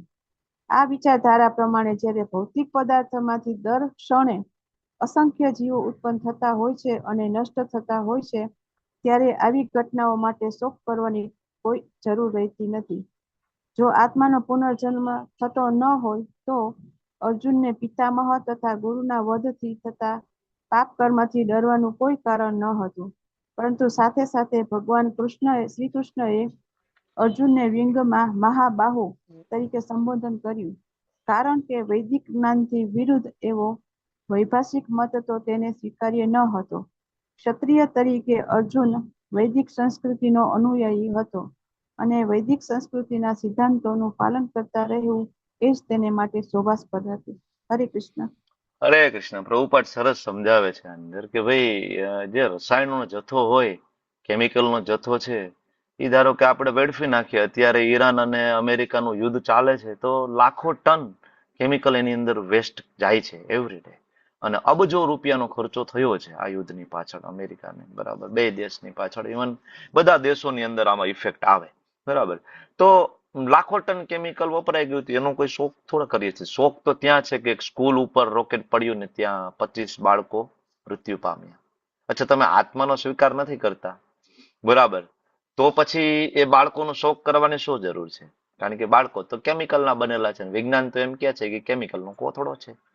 તો જેવી રીતના તમારું રોકેટ બનેલું છે કેમિકલનું, એમ એ કેમિકલના બાળકો બનેલા હતા, તો શોક શું કામ કરવાનું? બરાબર. અને રોકેટ તૂટી જવાથી પાપ નથી લાગતું, તો બાળકો મરી જવાથી શું કામ પાપ લાગવું જોઈએ? કારણ કે તમે તો એમ કહો છો આત્માનું અસ્તિત્વ છે નહીં. વિરોધી લાગે ને બે વસ્તુ. કારણ કે પાપ તો ત્યારે લાગે એમાં ચેતના હોય. પાપ શું કામ લાગે? કે એમાં ચેતના છે એટલે એને પીડા થાય. પીડા થાય એટલે આપણને પાપ લાગે. મૂળ મુદ્દો તો આ જ છે ને, કે આપણે કોકને મારીએ અને પીડા થાય એટલે એનું આપણને પાપ લાગે. પણ તમે તો કહો છો ચેતના આત્મા તો છે નહીં, તો કેમિકલ છે. હવે કેમિકલ હોય તો રોકેટ એ કેમિકલનું બનેલું, એ છોકરાઓનું શરીર એ કેમિકલનું બનેલું, તો પાપનો ક્યાં પ્રશ્ન છે? પ્રભુપાદ તાત્પર્યમાં લખે છે. તો પછી અર્જુન, તું પાપ વાળો પ્રશ્ન શું કામ પૂછ્યો તે? તું એમ કે હું આત્મા ના માનું, તો તે તો એમ કીધું ને મને પાપનો ભય લાગે છે. પ્રશ્ન શું કામ પૂછ્યો પાપ વાળો? બરાબર. એટલે અહીં પ્રભુપાદ આપણને બહુ સરસ રીતના બધા અલગ અલગ એંગલ, બરાબર, આધુનિક વિજ્ઞાન, બૌદ્ધ શાસ્ત્ર, શૂન્યવાદ, માયાવાદી ફિલોસોફી, વૈભાષિક, ચારવાકનો મત, આ ઘણી બધી વસ્તુ આ તાત્પર્યમાં છે. સમજવી થોડીક મુશ્કેલ પડે, કારણ કે આ સાંખ્ય યોગની ફિલોસોફી કહેવાય, અને સાંખ્ય યોગ ફિલોસોફીમાં લોકો આખી જિંદગી ગાળી નાખતા હોય છે 24 તત્વોની માથાકૂટમાં, બરાબર. પણ જેટલું સમજાય એટલું, યુ ડોન્ટ વરી, જેટલું સમજાય એટલું સમજવાની કોશિશ કરો, બરાબર. કારણ કે ભાવાર્થ અઘરો જ છે. આનો ભાવાર્થ ડિફિકલ્ટ છે. આગળ ઘણા બધા એવા ભાવાર્થ છે જે ડિફિકલ્ટ છે. તો પ્રેક્ટિકલ એપ્લિકેશન પ્રમાણે જોઈએ, બરાબર, આની અંદર તો આધુનિક વિજ્ઞાન અને જે લોકાયતિક તર્ક એટલે કે મટીરિયલિઝમ, બરાબર, આની અંદર બહુ સરસ રીતના ભગવાન આપણને સમજાવે છે. ભાઈ વૈજ્ઞાનિકોની આપણે વાત માની લે, શરીર એક કેમિકલ છે, તો પછી ક્યાં પ્રશ્ન હતો પાપનો પુણ્યનો? બરાબર. તો પછી બાઇબલની શું જરૂર હતી? તો કુરાનની શું જરૂર હતી? આત્માના અસ્તિત્વને નથી સ્વીકારતા તો. બીજું પ્રેક્ટિકલ એપ્લિકેશન અહીંયા છે ડ્યુટી ઇઝ સુપ્રીમ, ફરજનું મહત્વ. બરાબર. એટલે અહીંયા કૃષ્ણ એમ કે છે કે અર્જુન તારો પક્ષ કદાચ ગમે તે હોય, તું આત્માને માનતો હોય તોય ભલે, તું આત્માને ન માનતો હોય તોય ભલે, બરાબર, પણ ડ્યુટી તો તારે કરવી પડશે કારણ કે તું ક્ષત્રિય છો. આપણા જીવનમાં ઘણી વાર એવું આવે, બરાબર, કે અમુક ફિલોસોફી ને અમુક તર્કમાં આપણે એવા ફસાઈ જાય ને આપણે આપણી જવાબદારીઓ ભૂલી જઈએ. આવું થાય, ઇસ્કોનમાં આવું થાય ઘણી વખત. અમુક ફિલોસોફીમાં ગોટાળે ચડી જાય ને આપણે સેવા સાધનાથી દૂર ભાગી જાય. બરાબર. તો આવું થાય, પણ આ શ્લોક આપણને શીખડાવે છે કે ગમે તેવા બરાબર ઇવન અંગત વિચારો હોય, સમાજ કે ધર્મ પ્રત્યેની આપણી જે ફરજ છે એ નિભાવવી પડે. બીજું આની અંદર એક વસ્તુ છે કે મૃત્યુની જે અનિવાર્યતા જે છે એનો સ્વીકાર હંમેશા કરવો જ પડે. બરાબર. તમે વૈજ્ઞાનિક હોય તોય ભલે, તમે ડોક્ટર હોય તોય ભલે, તમે રાજા હોય તોય ભલે ને પ્રેસિડેન્ટ હોય તોય ભલે, મરવું તો પડશે. That is the true. બરાબર. એટલે જે અહીંયા અહિંસાની જે વાતો કરે છે, આમાંથી એક બીજી વસ્તુ એ શીખવા મળે કે that is the illusion of non violence, અહિંસાનો ભ્રમ. કારણ કે એક બાજુ તમે અહિંસાની વાત કરો છો, બીજી બાજુ તમે એવી વાત કરો છો કે આત્મા નથી. બરાબર. જેમ કે ક્રિશ્ચિયનિટીની અંદર એવું છે કે ભાઈ પશુઓમાં આત્મા ના હોય, પશુઓમાં આત્મા ન હોય, એને કાપીને ખાઈ શકાય. બરાબર. ઇસ્લામની અંદર એવું એમ કે છે ખાલી પુરુષોમાં જ આત્મા હોય, સ્ત્રીઓમાંય ન હોય અને પશુઓમાંય ન હોય. અચ્છા, એક બાજુ તો બાઇબલ પાછું એવું પણ કહે છે thou shall not be killed, બરાબર, કે કોઈની હત્યા ના કરવી જોઈએ, અહિંસા. બાઇબલ એ શીખડાવે છે. અચ્છા, તો એક બાજુ તમે એમ કહો કે અહિંસા અને એક બાજુ તમે એમ કહો કે આત્મા નથી. How it is possible? Prabhupada બરાબર ચાપખા મારે છે કે આત્માને સ્વીકારો તો જ સાચી અહિંસા શક્ય બને. તમે આત્માને અસ્તિત્વને સ્વીકારતા નથી તો બધું જળ થઈ ગયું ને, બધું જળ. તો એક પથ્થરમાં ને એક માણસમાં કોઈ તફાવત નથી, બધું જળ. It's like a robot. રોબોટને તોડી નાખ્યો તો પાપ લાગે? તમારી ઘરે રોબોટ હોય ને તોડી નાખો તો પાપ લાગે? નો. બરાબર ને? કારણ કે એમાં આત્મા નથી. રોબોટ આપણી જેમ કામ કરી શકે છે, આત્મા નથી. તો રોબોટ આપણે ગળું કાપી નાખીએ તો ફાંસીની સજા, એવી કોઈ જોગવાઈ છે? નથી. BNS માં છે ધાર્મી માતા જેવી કોઈ જોગવાઈ કે ઘરે રોબોટનું માથું મચકોડી નાખો, રોબોટનું બરાબર મુંડી જુદી તો કે ફાંસીની સજા છે? નો, નથી. શું કામ નથી ભાઈ? પૂછો જજ સાહેબ ને, શું કામ નથી? હોવી જોઈએ ને, કારણ કે તમે તો આત્માના અસ્તિત્વને સ્વીકારતા નથી. બરાબર. મૂર્ખ છે. જે ડોક્ટરો એમ કે છે કે આત્માના અસ્તિત્વને અમે સ્વીકારતા નથી, એ ડોક્ટર જયારે કોઈનું બરાબર મૃત્યુ થાય ત્યારે એના સગાવાલાને બોલાવીને એમ કે ભાઈ અમારાથી જેટલી મહેનત થઈ એટલી કરી, બાકી તમે ભગવાન ઉપર ભરોસો રાખો. અચ્છા, આત્મા ઉપર તમને વિશ્વાસ નથી અને તમે એમ કહો છો ભગવાન ઉપર વિશ્વાસ રાખો? બરાબર. એટલે જયારે મુશ્કેલી પડે ત્યારે સિદ્ધાંતો બદલાઈ જાય મૂર્ખ લોકોના. મુશ્કેલી પડે ત્યારે સિદ્ધાંતો બદલાઈ જાય. ડેથ થઈ ગયું તો કે ભગવાન ઉપર વિશ્વાસ રાખો, અને સર્જરી સારી થઈ તો કે મેં કરી છે, બરાબર, મારું બિલ આટલું થશે. ત્યારે ભગવાન યાદ નથી આવતા કે ભગવાન દ્વારા શક્તિ પ્રાપ્ત થઈ, ભગવાન દ્વારા બુદ્ધિ પ્રાપ્ત થઈ, ત્યારે ભગવાન નથી યાદ આવતા. ત્યારે એમાંથી એક નાનો એવો શેર પણ ભગવાનને આપણે નથી આપી શકતા. લાખ રૂપિયાનું ઓપરેશન કરીને 10,000 રૂપિયા ભગવાન માટે નથી વાપરી શકતા આપણે, ત્યારે ભગવાન નથી યાદ આવતા. બરાબર ને? તો મૂર્ખ લોકોના સિદ્ધાંતો પોતાની અનુકૂળતા પ્રમાણે ચેન્જ થતા હોય છે. ઓકે, તો હજી ભગવાન એ જ વસ્તુ આગળ કહે છે, જાતસ્ય હિ ધ્રુવ મૃત્યુ ધ્રુવમ જન્મ મૃતસ્ય ચ તસ્માદ અપરિહાર્યાર્થે ન ત્વમ શોચિતુમ અર્હસી. અર્જુન, જેનો જન્મ છે એનું મૃત્યુ કન્ફર્મ, અને જેનું મૃત્યુ છે એનો પુનર્જન્મ કન્ફર્મ. પુનર્જન્મની ફિલોસોફી ભગવાન અર્જુનને સમજાવી રહ્યા છે. બરાબર. અને આ શ્લોકના તાત્પર્યની અંદર પ્રભુપાદ હિંસાની જે જરૂરિયાત છે એના વિશે વાત કરે છે. વાંચો તમે હિંસાની ગીતા માતાજી વાંચો. શ્રી કૃષ્ણ પ્રભુજી. ભાવાર્થ પ્રભુપાદ શીલા પ્રભુપાદની જય. મનુષ્યને પોતાના કર્મ અનુસાર જન્મ લેવો પડે છે અને એક કર્મ અવધિ સમાપ્ત થયે તેને મરવું પડે છે કે જેથી તે બીજો જન્મ લઈ શકે. એ પ્રમાણે મુક્તિ ન મળે ત્યાં સુધી આ જન્મ મરણનું ચક્ર ચાલ્યા કરે છે. આમ છતાં જન્મ મરણના આ ચક્ર દ્વારા નિર્થક હત્યા, કતલ તથા યુદ્ધોનું સમર્થન થતું નથી, પરંતુ સાથે સાથે માનવ સમાજમાં કાયદો અને વ્યવસ્થા જાળવી રાખવા માટે હિંસા તથા યુદ્ધ અનિવાર્ય હોય છે. કુરુક્ષેત્રનું યુદ્ધ ભગવાનની ઈચ્છા હોવાથી અહીંયા અનિવાર્ય સુધી જે ચર્ચા થઈ ને, હિંસા તથા યુદ્ધ અનિવાર્ય છે, ત્યાં સુધી પ્રભુપાદ એ વસ્તુ સમજાવે છે કે હિંસાની જરૂરિયાત શું છે. બરાબર. આગળનો જે પેરેગ્રાફ છે એમાં પ્રભુપાદ ક્ષત્રિય ધર્મ વિશે વાત કરે છે. કોઈ ક્ષત્રિયનો ધર્મ છે અને એને બરાબર યુદ્ધ કરવું પડે અને એ ભયભીત થાય તો એ બિલકુલ ચાલે નહીં. એટલે આ શ્લોકની અંદર આપણને પુનર્જન્મની થિયરી મળે છે. ભાવાર્થ બહુ સરળ છે, આગળ નથી આપણે વાંચતા, તમે વાંચી લેજો, બહુ ઈઝી છે સમજવું. આની અંદરથી પ્રેક્ટિકલ એપ્લિકેશન, પેલી વસ્તુ વાસ્તવિકતાનો સ્વીકાર. વાસ્તવિકતાનો સ્વીકાર કે ભાઈ જન્મ અને મૃત્યુ એ કુદરતનો અટલ નિયમ છે. પછી એ રાજા હોય, વૈજ્ઞાનિક હોય, સાયન્ટિસ્ટ હોય, વોટેવર, અટલ સત્ય છે. એટલે આનાથી આ સમજવામાં આપણને આપણા જીવનમાં જ્યારે કોઈ પ્રિયજનોનું મૃત્યુ થાય ત્યારે આપણે ભાંગી ના પડીએ. જો આ શ્લોકો બહુ મહત્વના છે, 11 થી લઈને 30 શ્લોકો. જીવનમાં હવે તો સ્વાભાવિક છે ને, આપણા સગાવાલાનું મૃત્યુ થવાનું છે, એ તો અટલ સત્ય છે. ત્યારે આપણે ભાંગી ના જઈએ, કારણ કે મૃત્યુ એ કોઈ અકસ્માત નથી, ગેરંટી છે. ગેરંટી છે, અપરિહાર્યાર્થે, જેને તમે રોકી નથી શકતા. That is impossible. બીજું આમાં પુનર્જન્મ સિદ્ધાંત આપ્યો છે, ધ સાયકલ ઓફ રીબર્થ કહેવામાં આવે છે. અને પ્રભુપાદ એના માટે ઉદાહરણ આપે છે કે જેમ એક વ્યક્તિ જેલમાંથી છૂટે, એનો અર્થ એવો નથી કે વ્યક્તિ જેલમાંથી છૂટ્યો ને અદ્રશ્ય થઈ ગયો. જેલમાંથી છૂટે તો એ પછી કોઈક બીજી જગ્યાએ જાય છે. સેમ વે તમે અહીંયા ભૌતિક જગતની જેલમાંથી છૂટો છો એનો મતલબ એવો નથી કે વ્યક્તિ અદ્રશ્ય થઈ ગયો. એનું આગળ ટ્રાવેલિંગ થાય જ છે, બરાબર ને?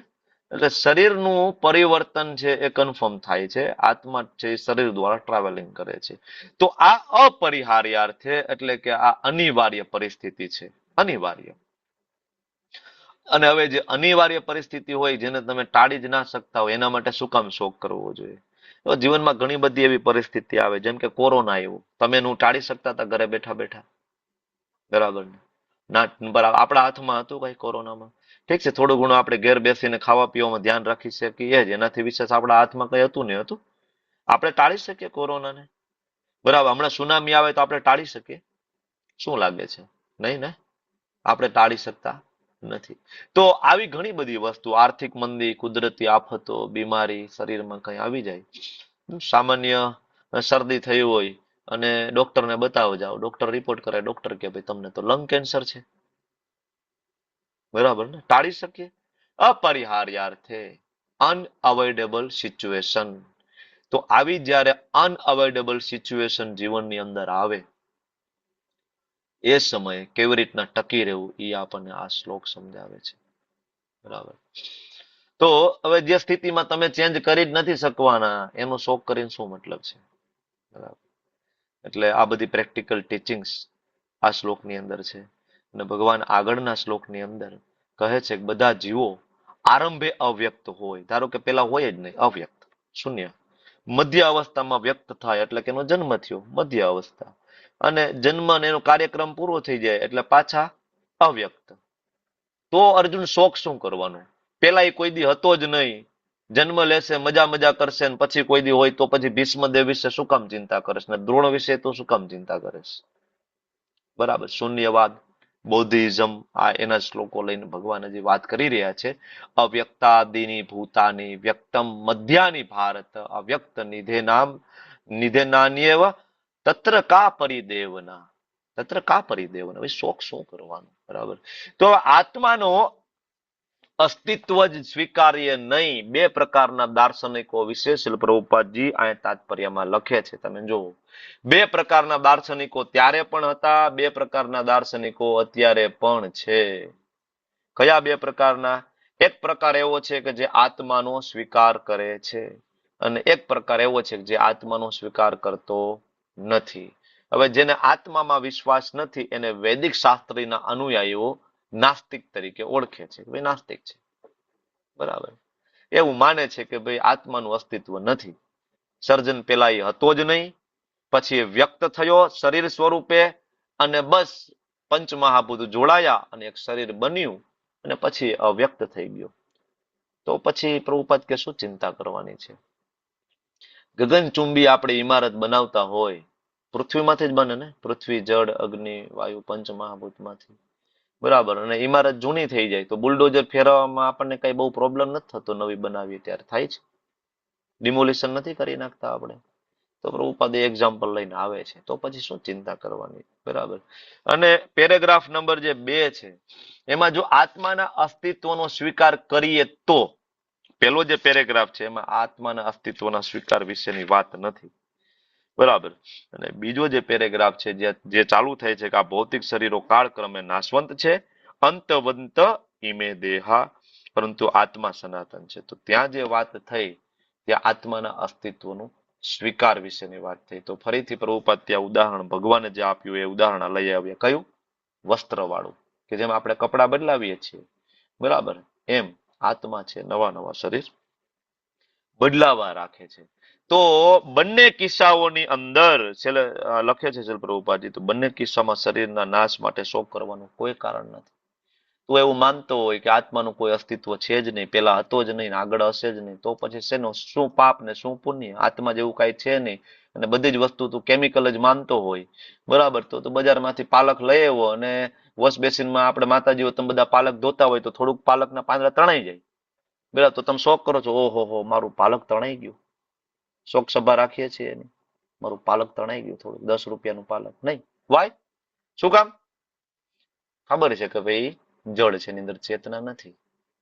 તો તમે એ જળ છે પંચમહાભૂતનું, તો આ પંચમહાભૂતનું છે, તમે એવું માનો કે આમાં ચેતના નથી, તો પછી આના માટે શું કામ શોક કરવો જોઈએ? શોકનું કોઈ કારણ નથી. આને બૌદ્ધિક ફિલોસોફી ખોટી છે, ભગવાન આગળ કહેશે. પણ કદાચ કોઈ આ માનતું હોય તો, અર્જુન કે તું માનતો હોય તો એ શોક કરવાની જરૂર, યુદ્ધ તો તોય કરવું પડે, બરાબર ને? તું એવું માને છો કે આત્માનું અસ્તિત્વ છે, તો અર્જુન ક્યાં પ્રશ્ન હતો? જો આત્માનું તો કોઈ મૃત્યુ છે નહીં, આત્મા તો ટ્રાવેલિંગ કરે છે, અને જળ શરીર તો ઓલરેડી ડેડ છે, કારણ કે આ તો કોઈ દી જીવતું હતું જ નહીં. સમજ્યા તમે?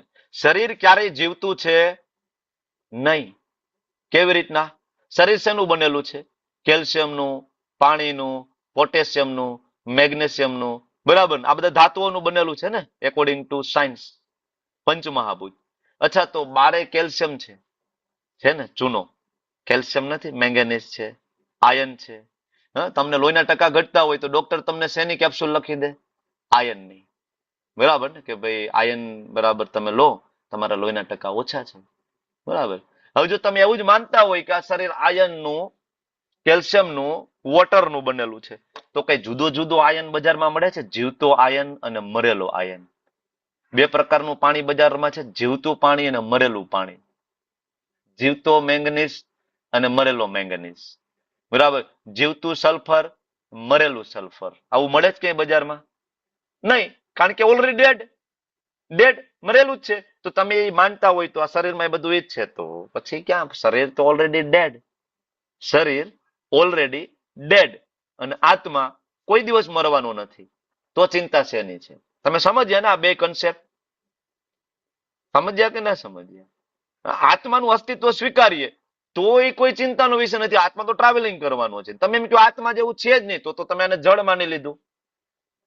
અને તમે જળ માની લીધું હોય તો પાપ નથી, પુણ્ય નથી, તો પછી કરુણા શેના માટે છે? અને એવું જળ તો તમે રોજ કેટલું બરાબર કે ટન મોઢે તમે બરાબર વેસ્ટ કરો છો કેમિકલ્સ, બરાબર.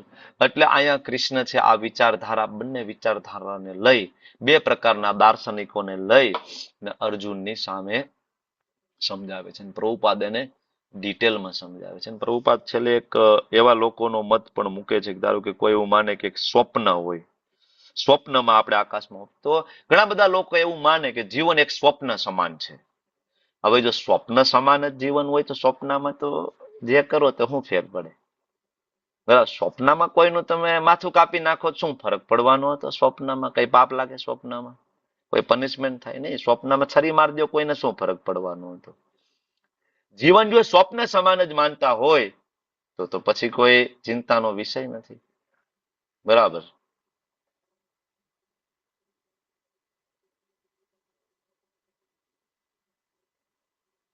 એક જ મિનિટ.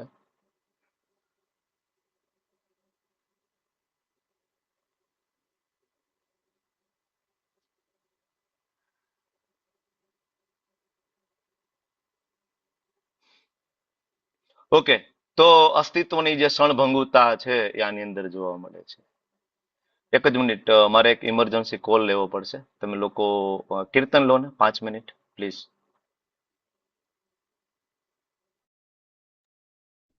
હરે કૃષ્ણ કૃષ્ણ કૃષ્ણ હરે હરે હરે રામ રામ રામ હરે હરે હરે કૃષ્ણ કૃષ્ણ કૃષ્ણ હરે હરે હરે રામ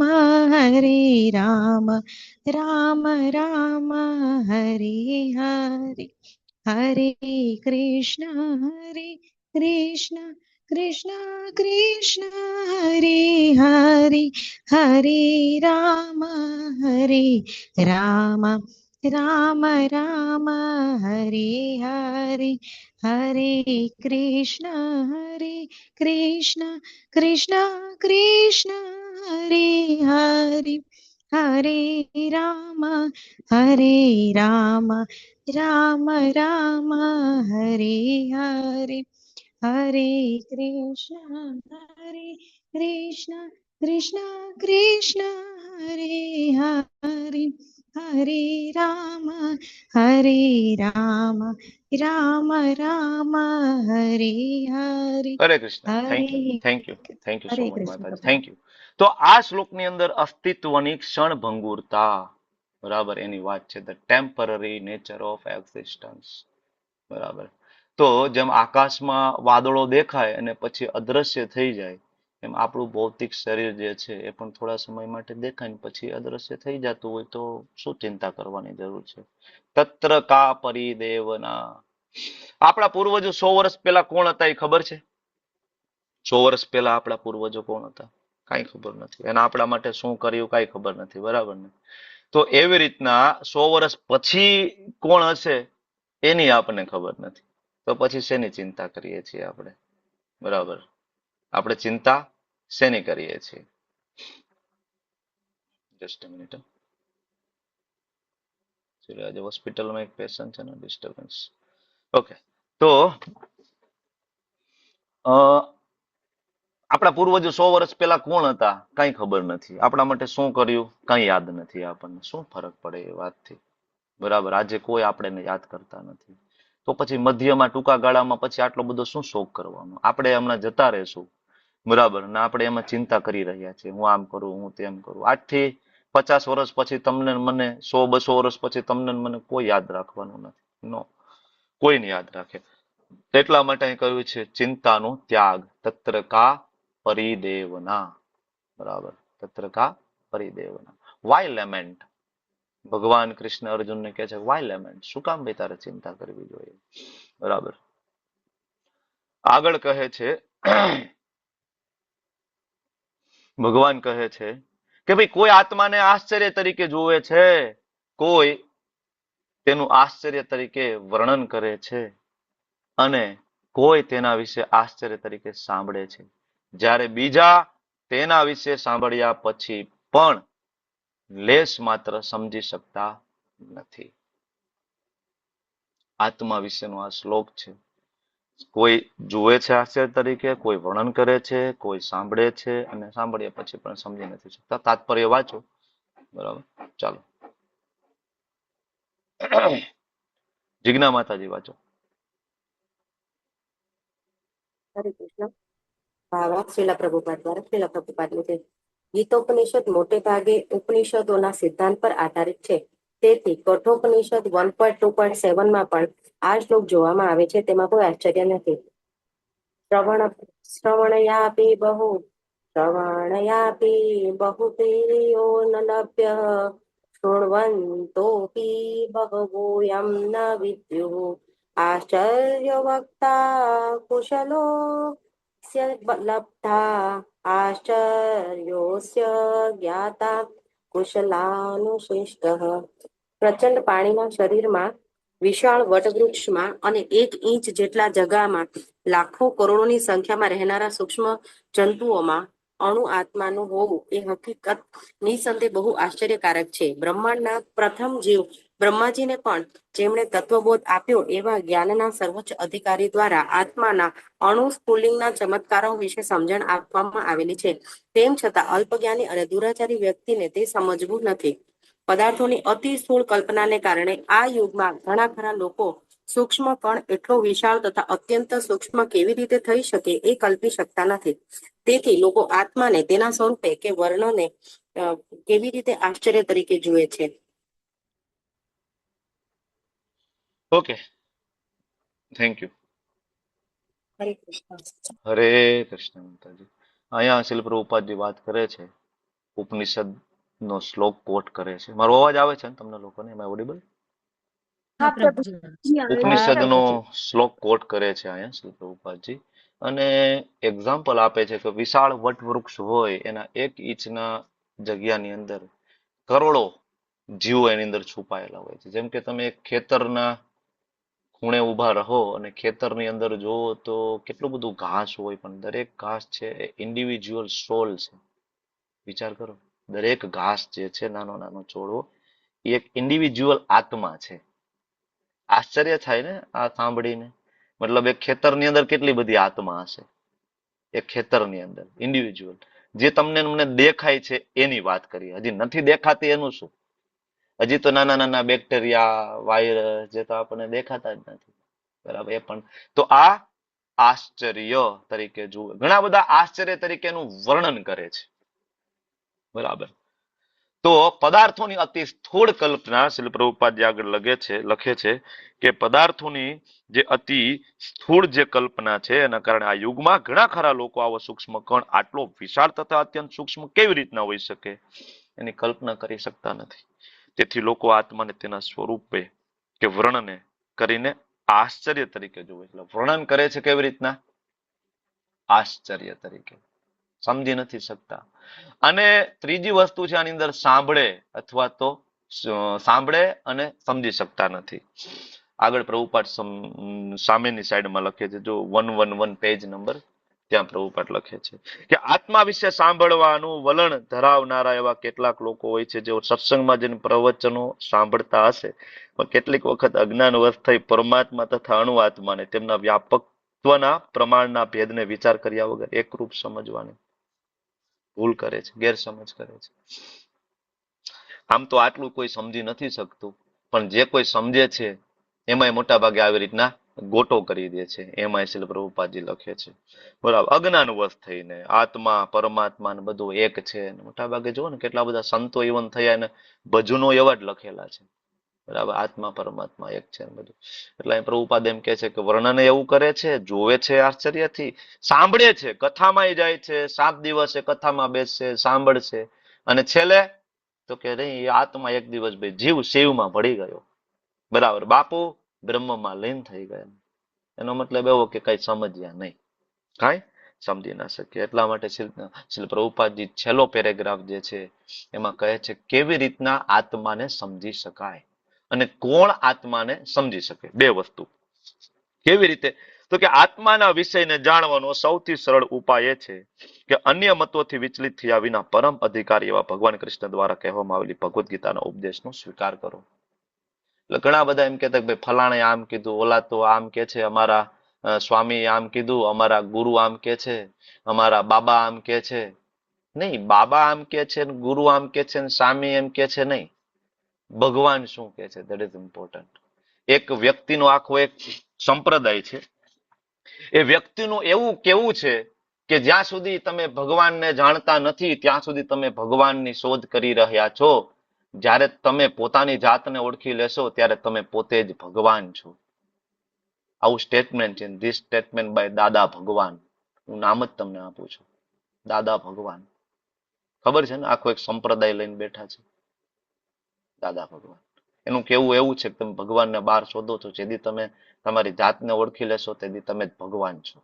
એટલે એનું નામ એ દાદા ભગવાન છે. બરાબર. તો કહેવાનો મતલબ એ છે કે ગમે એટલા વિદ્વાન થઈ જઈએ પણ જો સાચા ગુરુના શરણમાં આપણે નથી સમજી શકતા. કોણ સમજી શકે? શ્રી પ્રભુપાદજી છેલ્લે સમજાવે છે કોણ સમજી શકે કે એ વ્યક્તિ સમજી શકશે કે જે કૃષ્ણને પૂર્ણ પુરુષોત્તમ તરીકે સ્વીકારે. શુદ્ધ ભક્તોની અહેતુકી કૃપાથી જ કૃષ્ણને આ રૂપે જાણવું શક્ય બને. સૌથી ઇમ્પોર્ટન્ટ વસ્તુ, શુદ્ધ ભક્તોની અહેતુકી કૃપા. ક્યાં મળે શુદ્ધ ભક્તોની અહેતુકી કૃપા? બજારમાં મળે કે પૈસા દેતા? નહીં. ભક્તોની કૃપા મળે મંદિરમાં એસોસિએશનથી, ઓનલાઈન એસોસિએશનથી, અને સૌથી વધારે ભક્તોના આશીર્વાદને કૃપા પ્રાપ્ત થાય યાત્રામાં. એટલા માટે યાત્રામાં જવું જોઈએ. વર્ષમાં એટલીસ્ટ 2-3 યાત્રા કરવાનું પ્લાનિંગ તો કરવું, મિનિમમ 2 યાત્રા કરવાનું પ્લાનિંગ કરવું જોઈએ. અને યાત્રામાં જઈએ ને તો યાત્રામાં આપણો ગોલ એ ના હોવો જોઈએ કે જે આ મંદિર બાકી રહી ગયું અને ઓલું મંદિર બાકી રહી ગયું. અમે લોકો યાત્રામાં લઈ જઈએ છીએ, બરાબર, મોટા ભાગનાનો ગોલ એવો હોય છે, આ બાકી રહી ગયું, આ બાકી રહી ગયું. આ લાસ્ટ ટાઈમે અમે રામેશ્વરમ ગયા હતા ને હું નામનિષ્ઠા પ્રભુજી બે બાજુમાં બેઠા હતા. પ્રભુજી મને કે આ બધાને ધનુષકોડી જવું છે કે જીતેન્દ્ર મને કે ધનુષકોડીમાં કે છે હું કે 2 બાજુ પાણી છે ને વચ્ચે થોડીક કે જમીન છે કે આપણે કે નથી જોઈ જમીન ને પાણી કે તોય કે ન્યાઠે લાંબુ થવું છે કે એના કરતા કે આપણે કથા સાંભળીએ તો નાના મેં પ્રભુ અહીંયા પેલા કથા ચાલુ કરાવો, રામાયણ. શ્રીનિવાસ પ્રભુને કીધું ને પછી અમે રામાયણ સાંભળી. પછી બધાની ઈચ્છા હતી ધનુષકોડી ગયા. જે ગયા એ બધાને ખબર પડી ગઈ કાંઈ નથી, just waste of time, nothing. આપણે શેના માટે ગયા છે? અહીંથી આપણે 2300 કિલોમીટરનું ટ્રાવેલિંગ કરીને શું કઈ દરિયો જોવા ગયા છીએ? આપણે નથી જોયો દરિયો. અહીં દ્વારકામાં છે ને, અહીં ભાવનગરમાં છે. ગુજરાતને તો સૌથી મોટો દરિયો કિનારો મળેલો છે. ભારતની અંદર સૌથી વધારે મોટો દરિયો કિનારો મળેલો મને લગભગ લાગે છે કે ગુજરાત સિવાય બીજા કોઈ સ્ટેટને નથી મળ્યો ને. સૌથી મોટું તટ ગુજરાત પાસે. પછી જાવ ને ભાઈ માધવપુર બીચમાં આંટો મારી આવો ને. We are wasting time. આપણે 2300 કિલોમીટર થોડી એના માટે ગયા છે. આપણે સૌથી ઇમ્પોર્ટન્ટ છે વૈષ્ણવ સંઘ, શુદ્ધ ભક્તો. આપણને ખબર છે કે આપણી સાથે રહેલા ભક્તોની ભક્તિ કેટલી એડવાન્સ છે, બરાબર? નથી ખબર ને? કોઈ ભક્તની એટલી સાધના પ્રબળ હોય ને, ખાલી લવ માત્ર સાધુ સંગ સર્વ સિદ્ધિ હોય. સાધુ સંગ સાધુ સાધુ, સાધુ સંગ સાધુ સંગ સર્વ શાસ્ત્ર કહે. લવ માત્ર સાધુ સંગ સર્વ સિદ્ધિ હોય. લવ માત્ર સાધુ સંગ. કોઈ એવા શુદ્ધ ભક્તનું ખાલી ક્ષણ માટે આપણને સંગ પ્રાપ્ત થઈ જાય, આપણું જીવન ધન્ય થઈ જાય. આપણે મોટા ભાગે યાત્રામાં જઈએ તો આપણા ગોલ હોય કે આ મંદિર લેવાઈ જવું જોઈએ, ઓલું મંદિર લેવાઈ જવું જોઈએ, પેલું મંદિર લેવાઈ જવું જોઈએ. તો હું હંમેશા યાત્રામાં ગયા પહેલા એક નાનો એવો ક્લાસ લેતો હોય આ બાબતે. છતાંય લોકો વિચારે કે પ્રભુજી આટલો બધો ખર્ચો કરીને તમે ન્યાઠે ગયા છે તો ઓલું મંદિર બાકી રહી જવું ન જોઈએ, ઓલું મંદિર બાકી ના રહી જવું જોઈએ.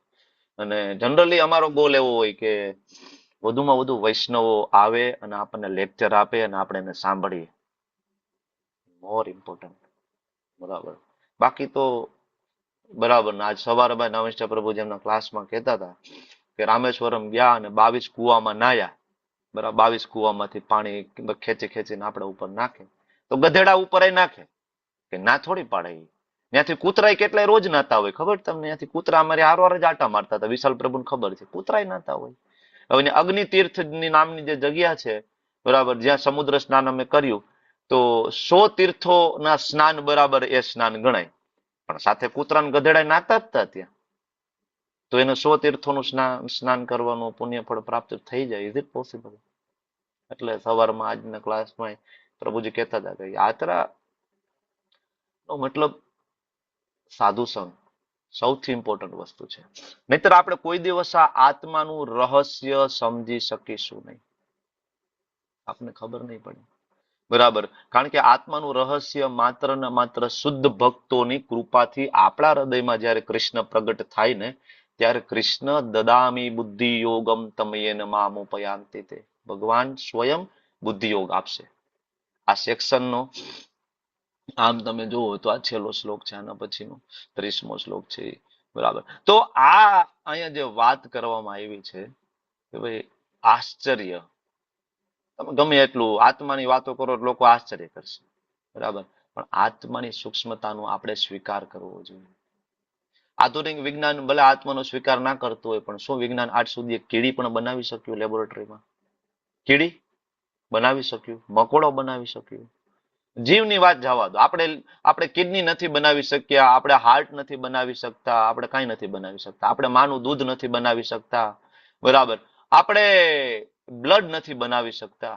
કેટલા બધા લોકો, બરાબર, થેલેસેમિયાના બાળકો બ્લડ ના મળવાના કારણે મૃત્યુ પામે. વિજ્ઞાન એટલું જ બધું આગળ વધી ગયું હોય તો કેમ આપણે બ્લડ લેબોરેટરીમાં નથી બનાવી શકતા?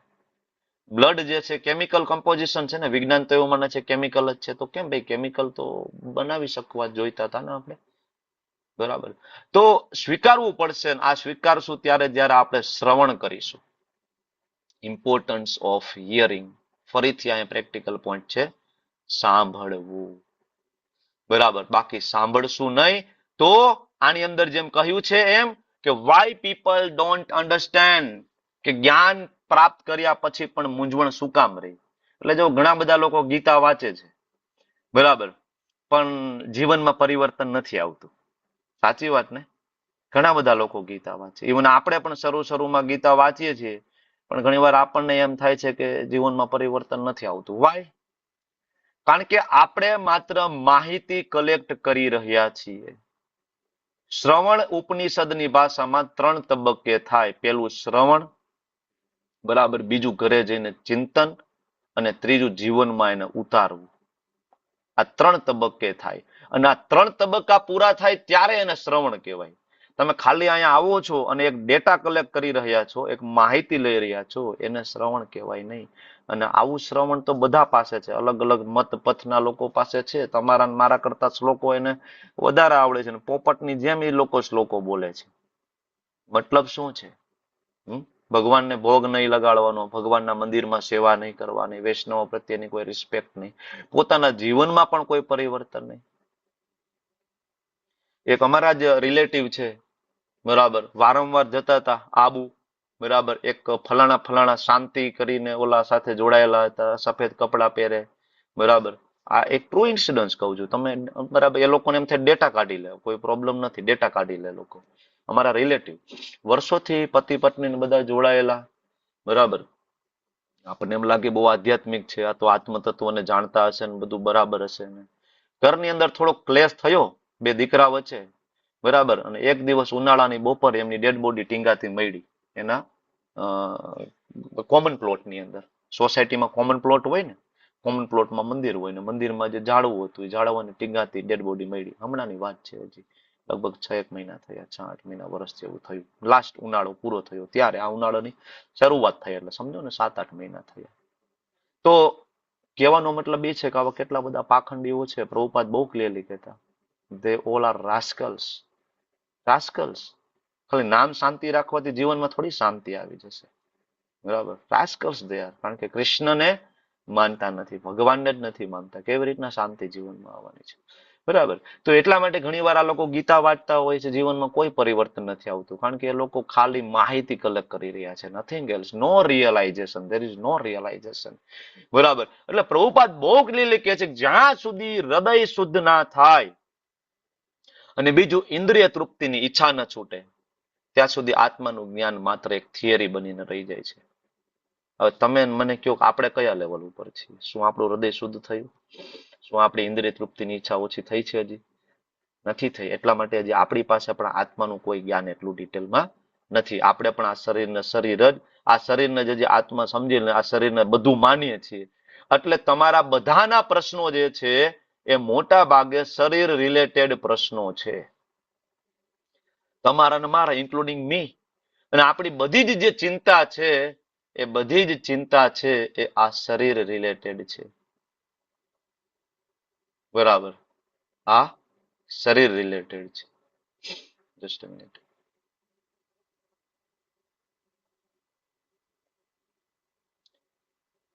આ વસ્તુ આપણે સ્વીકારવી પડશે કે આપણે પણ હજી એટલા સિરિયસ નથી.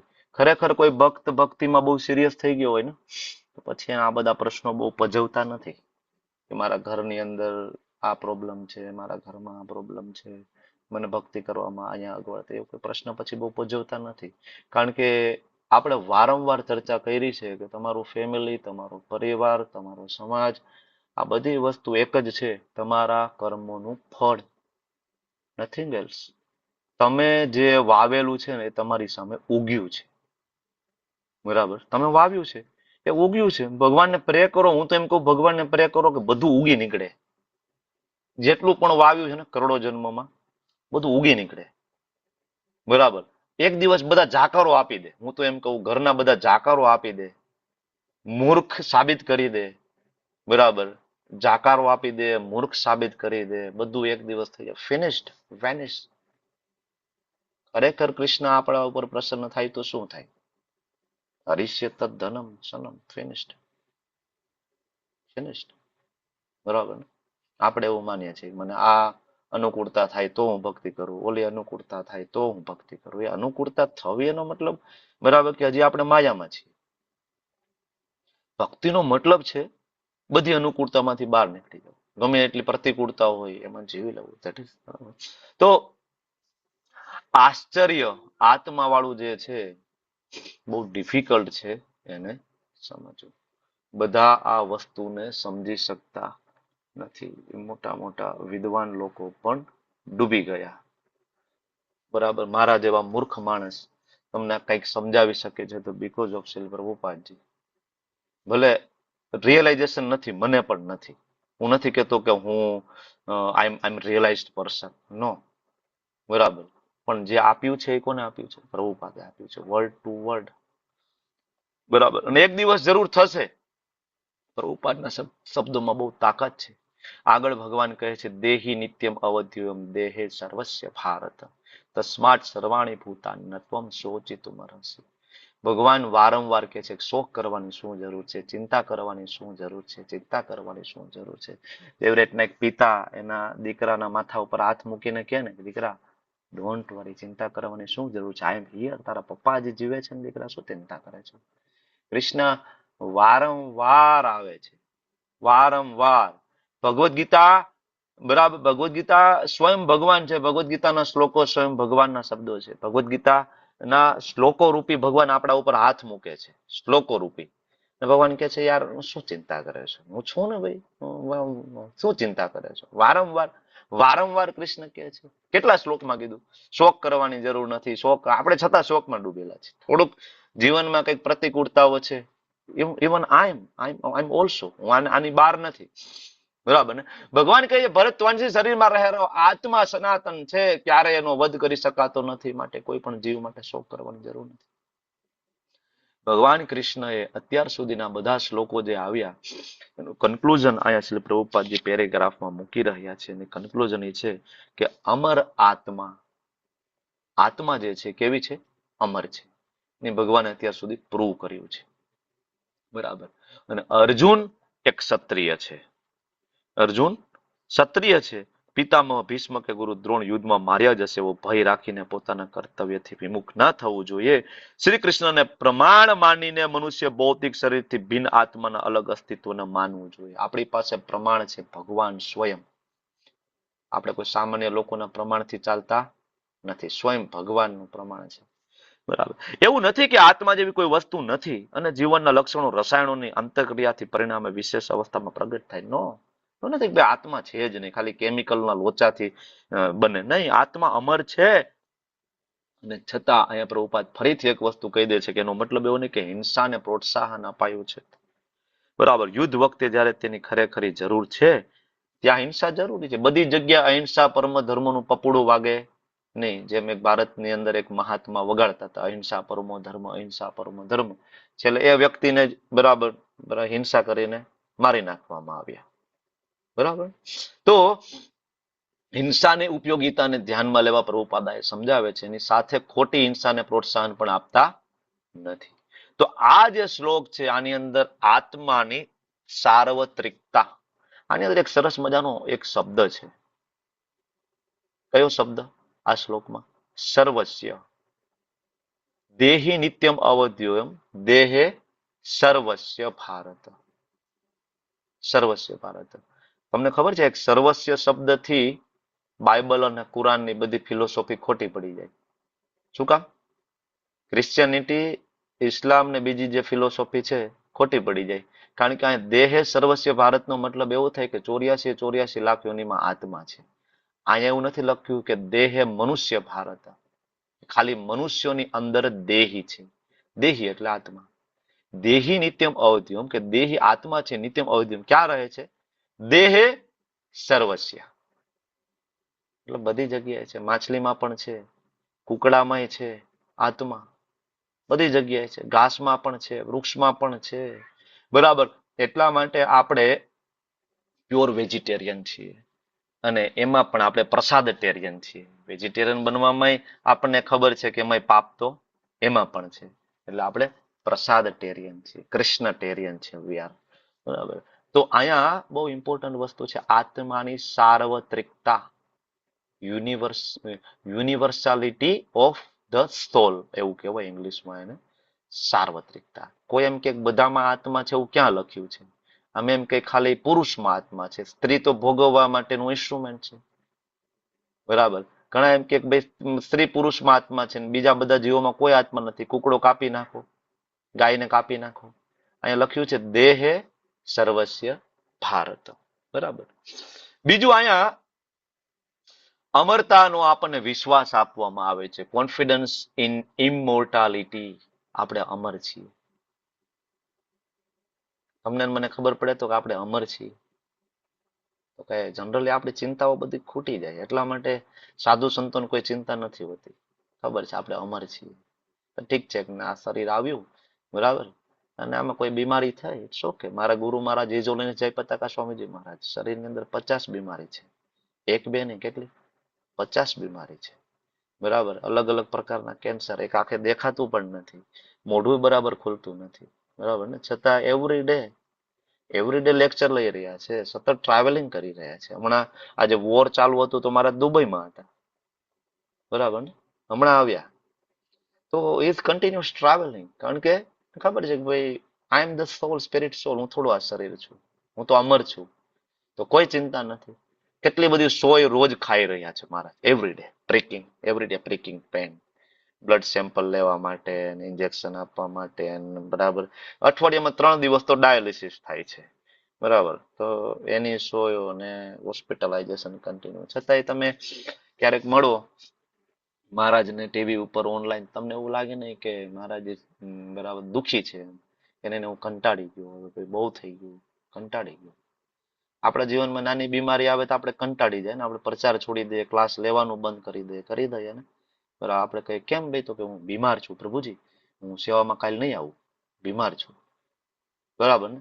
પણ આપણે ઇસ્કોન પરંપરાની અંદર એવા મહાત્માઓ છે, એવા મહાત્માઓ આપણને આપ્યા છે પ્રભુપાદે, એવા હીરા આપ્યા છે કે આપણે શીખવું જોઈએ એનામાંથી. નહીતર શું મતલબ છે એમનું? આપણા માટે આટલી મહેનત કરી રહ્યા છે માયાપુરમાં બેસીને, મતલબ શું છે? આપણે એનામાંથી કાંઈ શીખવાના જ ના હોય તો શું મતલબ છે? દીક્ષા લેવાનો શું મતલબ છે? દીક્ષા લઈને જો આપણે જીવનમાં કઈ ઉતારવા જ ના માંગતા હોય તો શું મતલબ છે? Waste of time.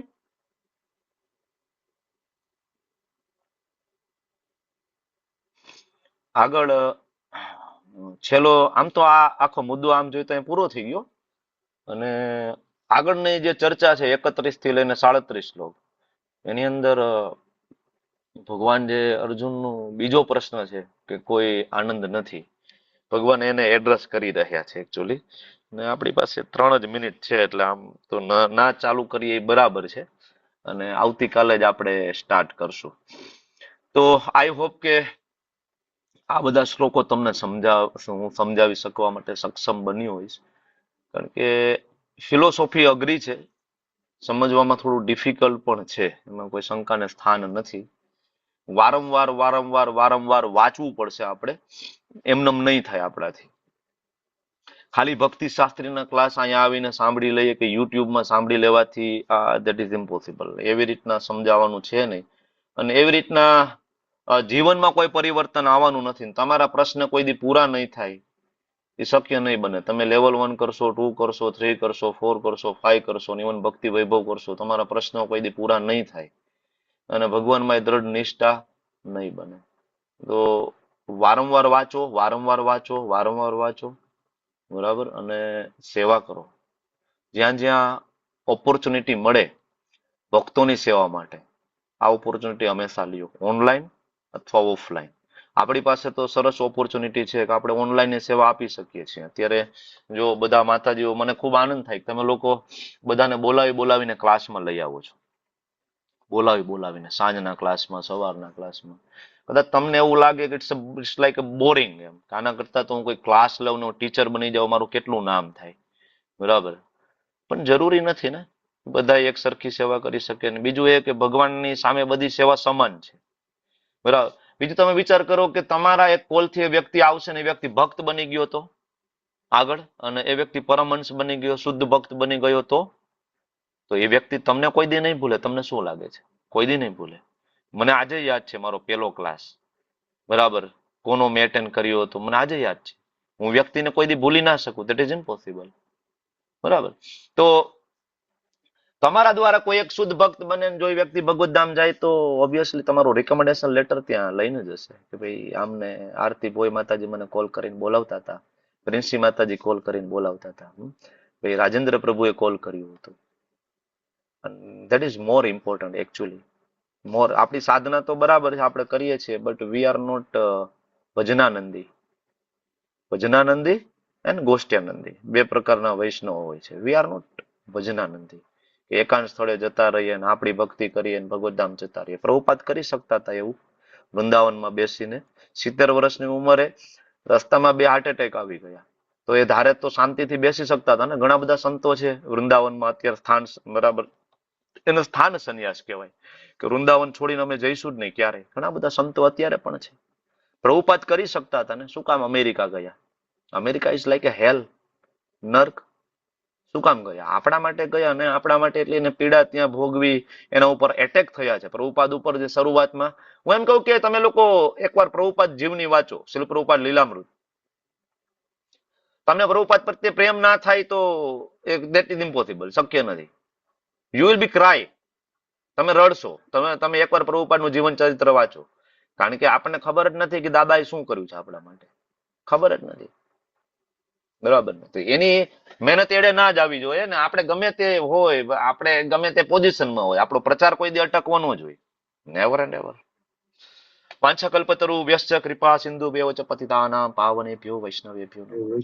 અનંત અનંત કોટી વૈષ્ણવ કી જય. શ્રી પ્રભુપાદ કી જય. ગુરુદેવ મહારાજ કી જય. હરે કૃષ્ણ કૃષ્ણ હરે હરે, હરે રામ. હરે રામ.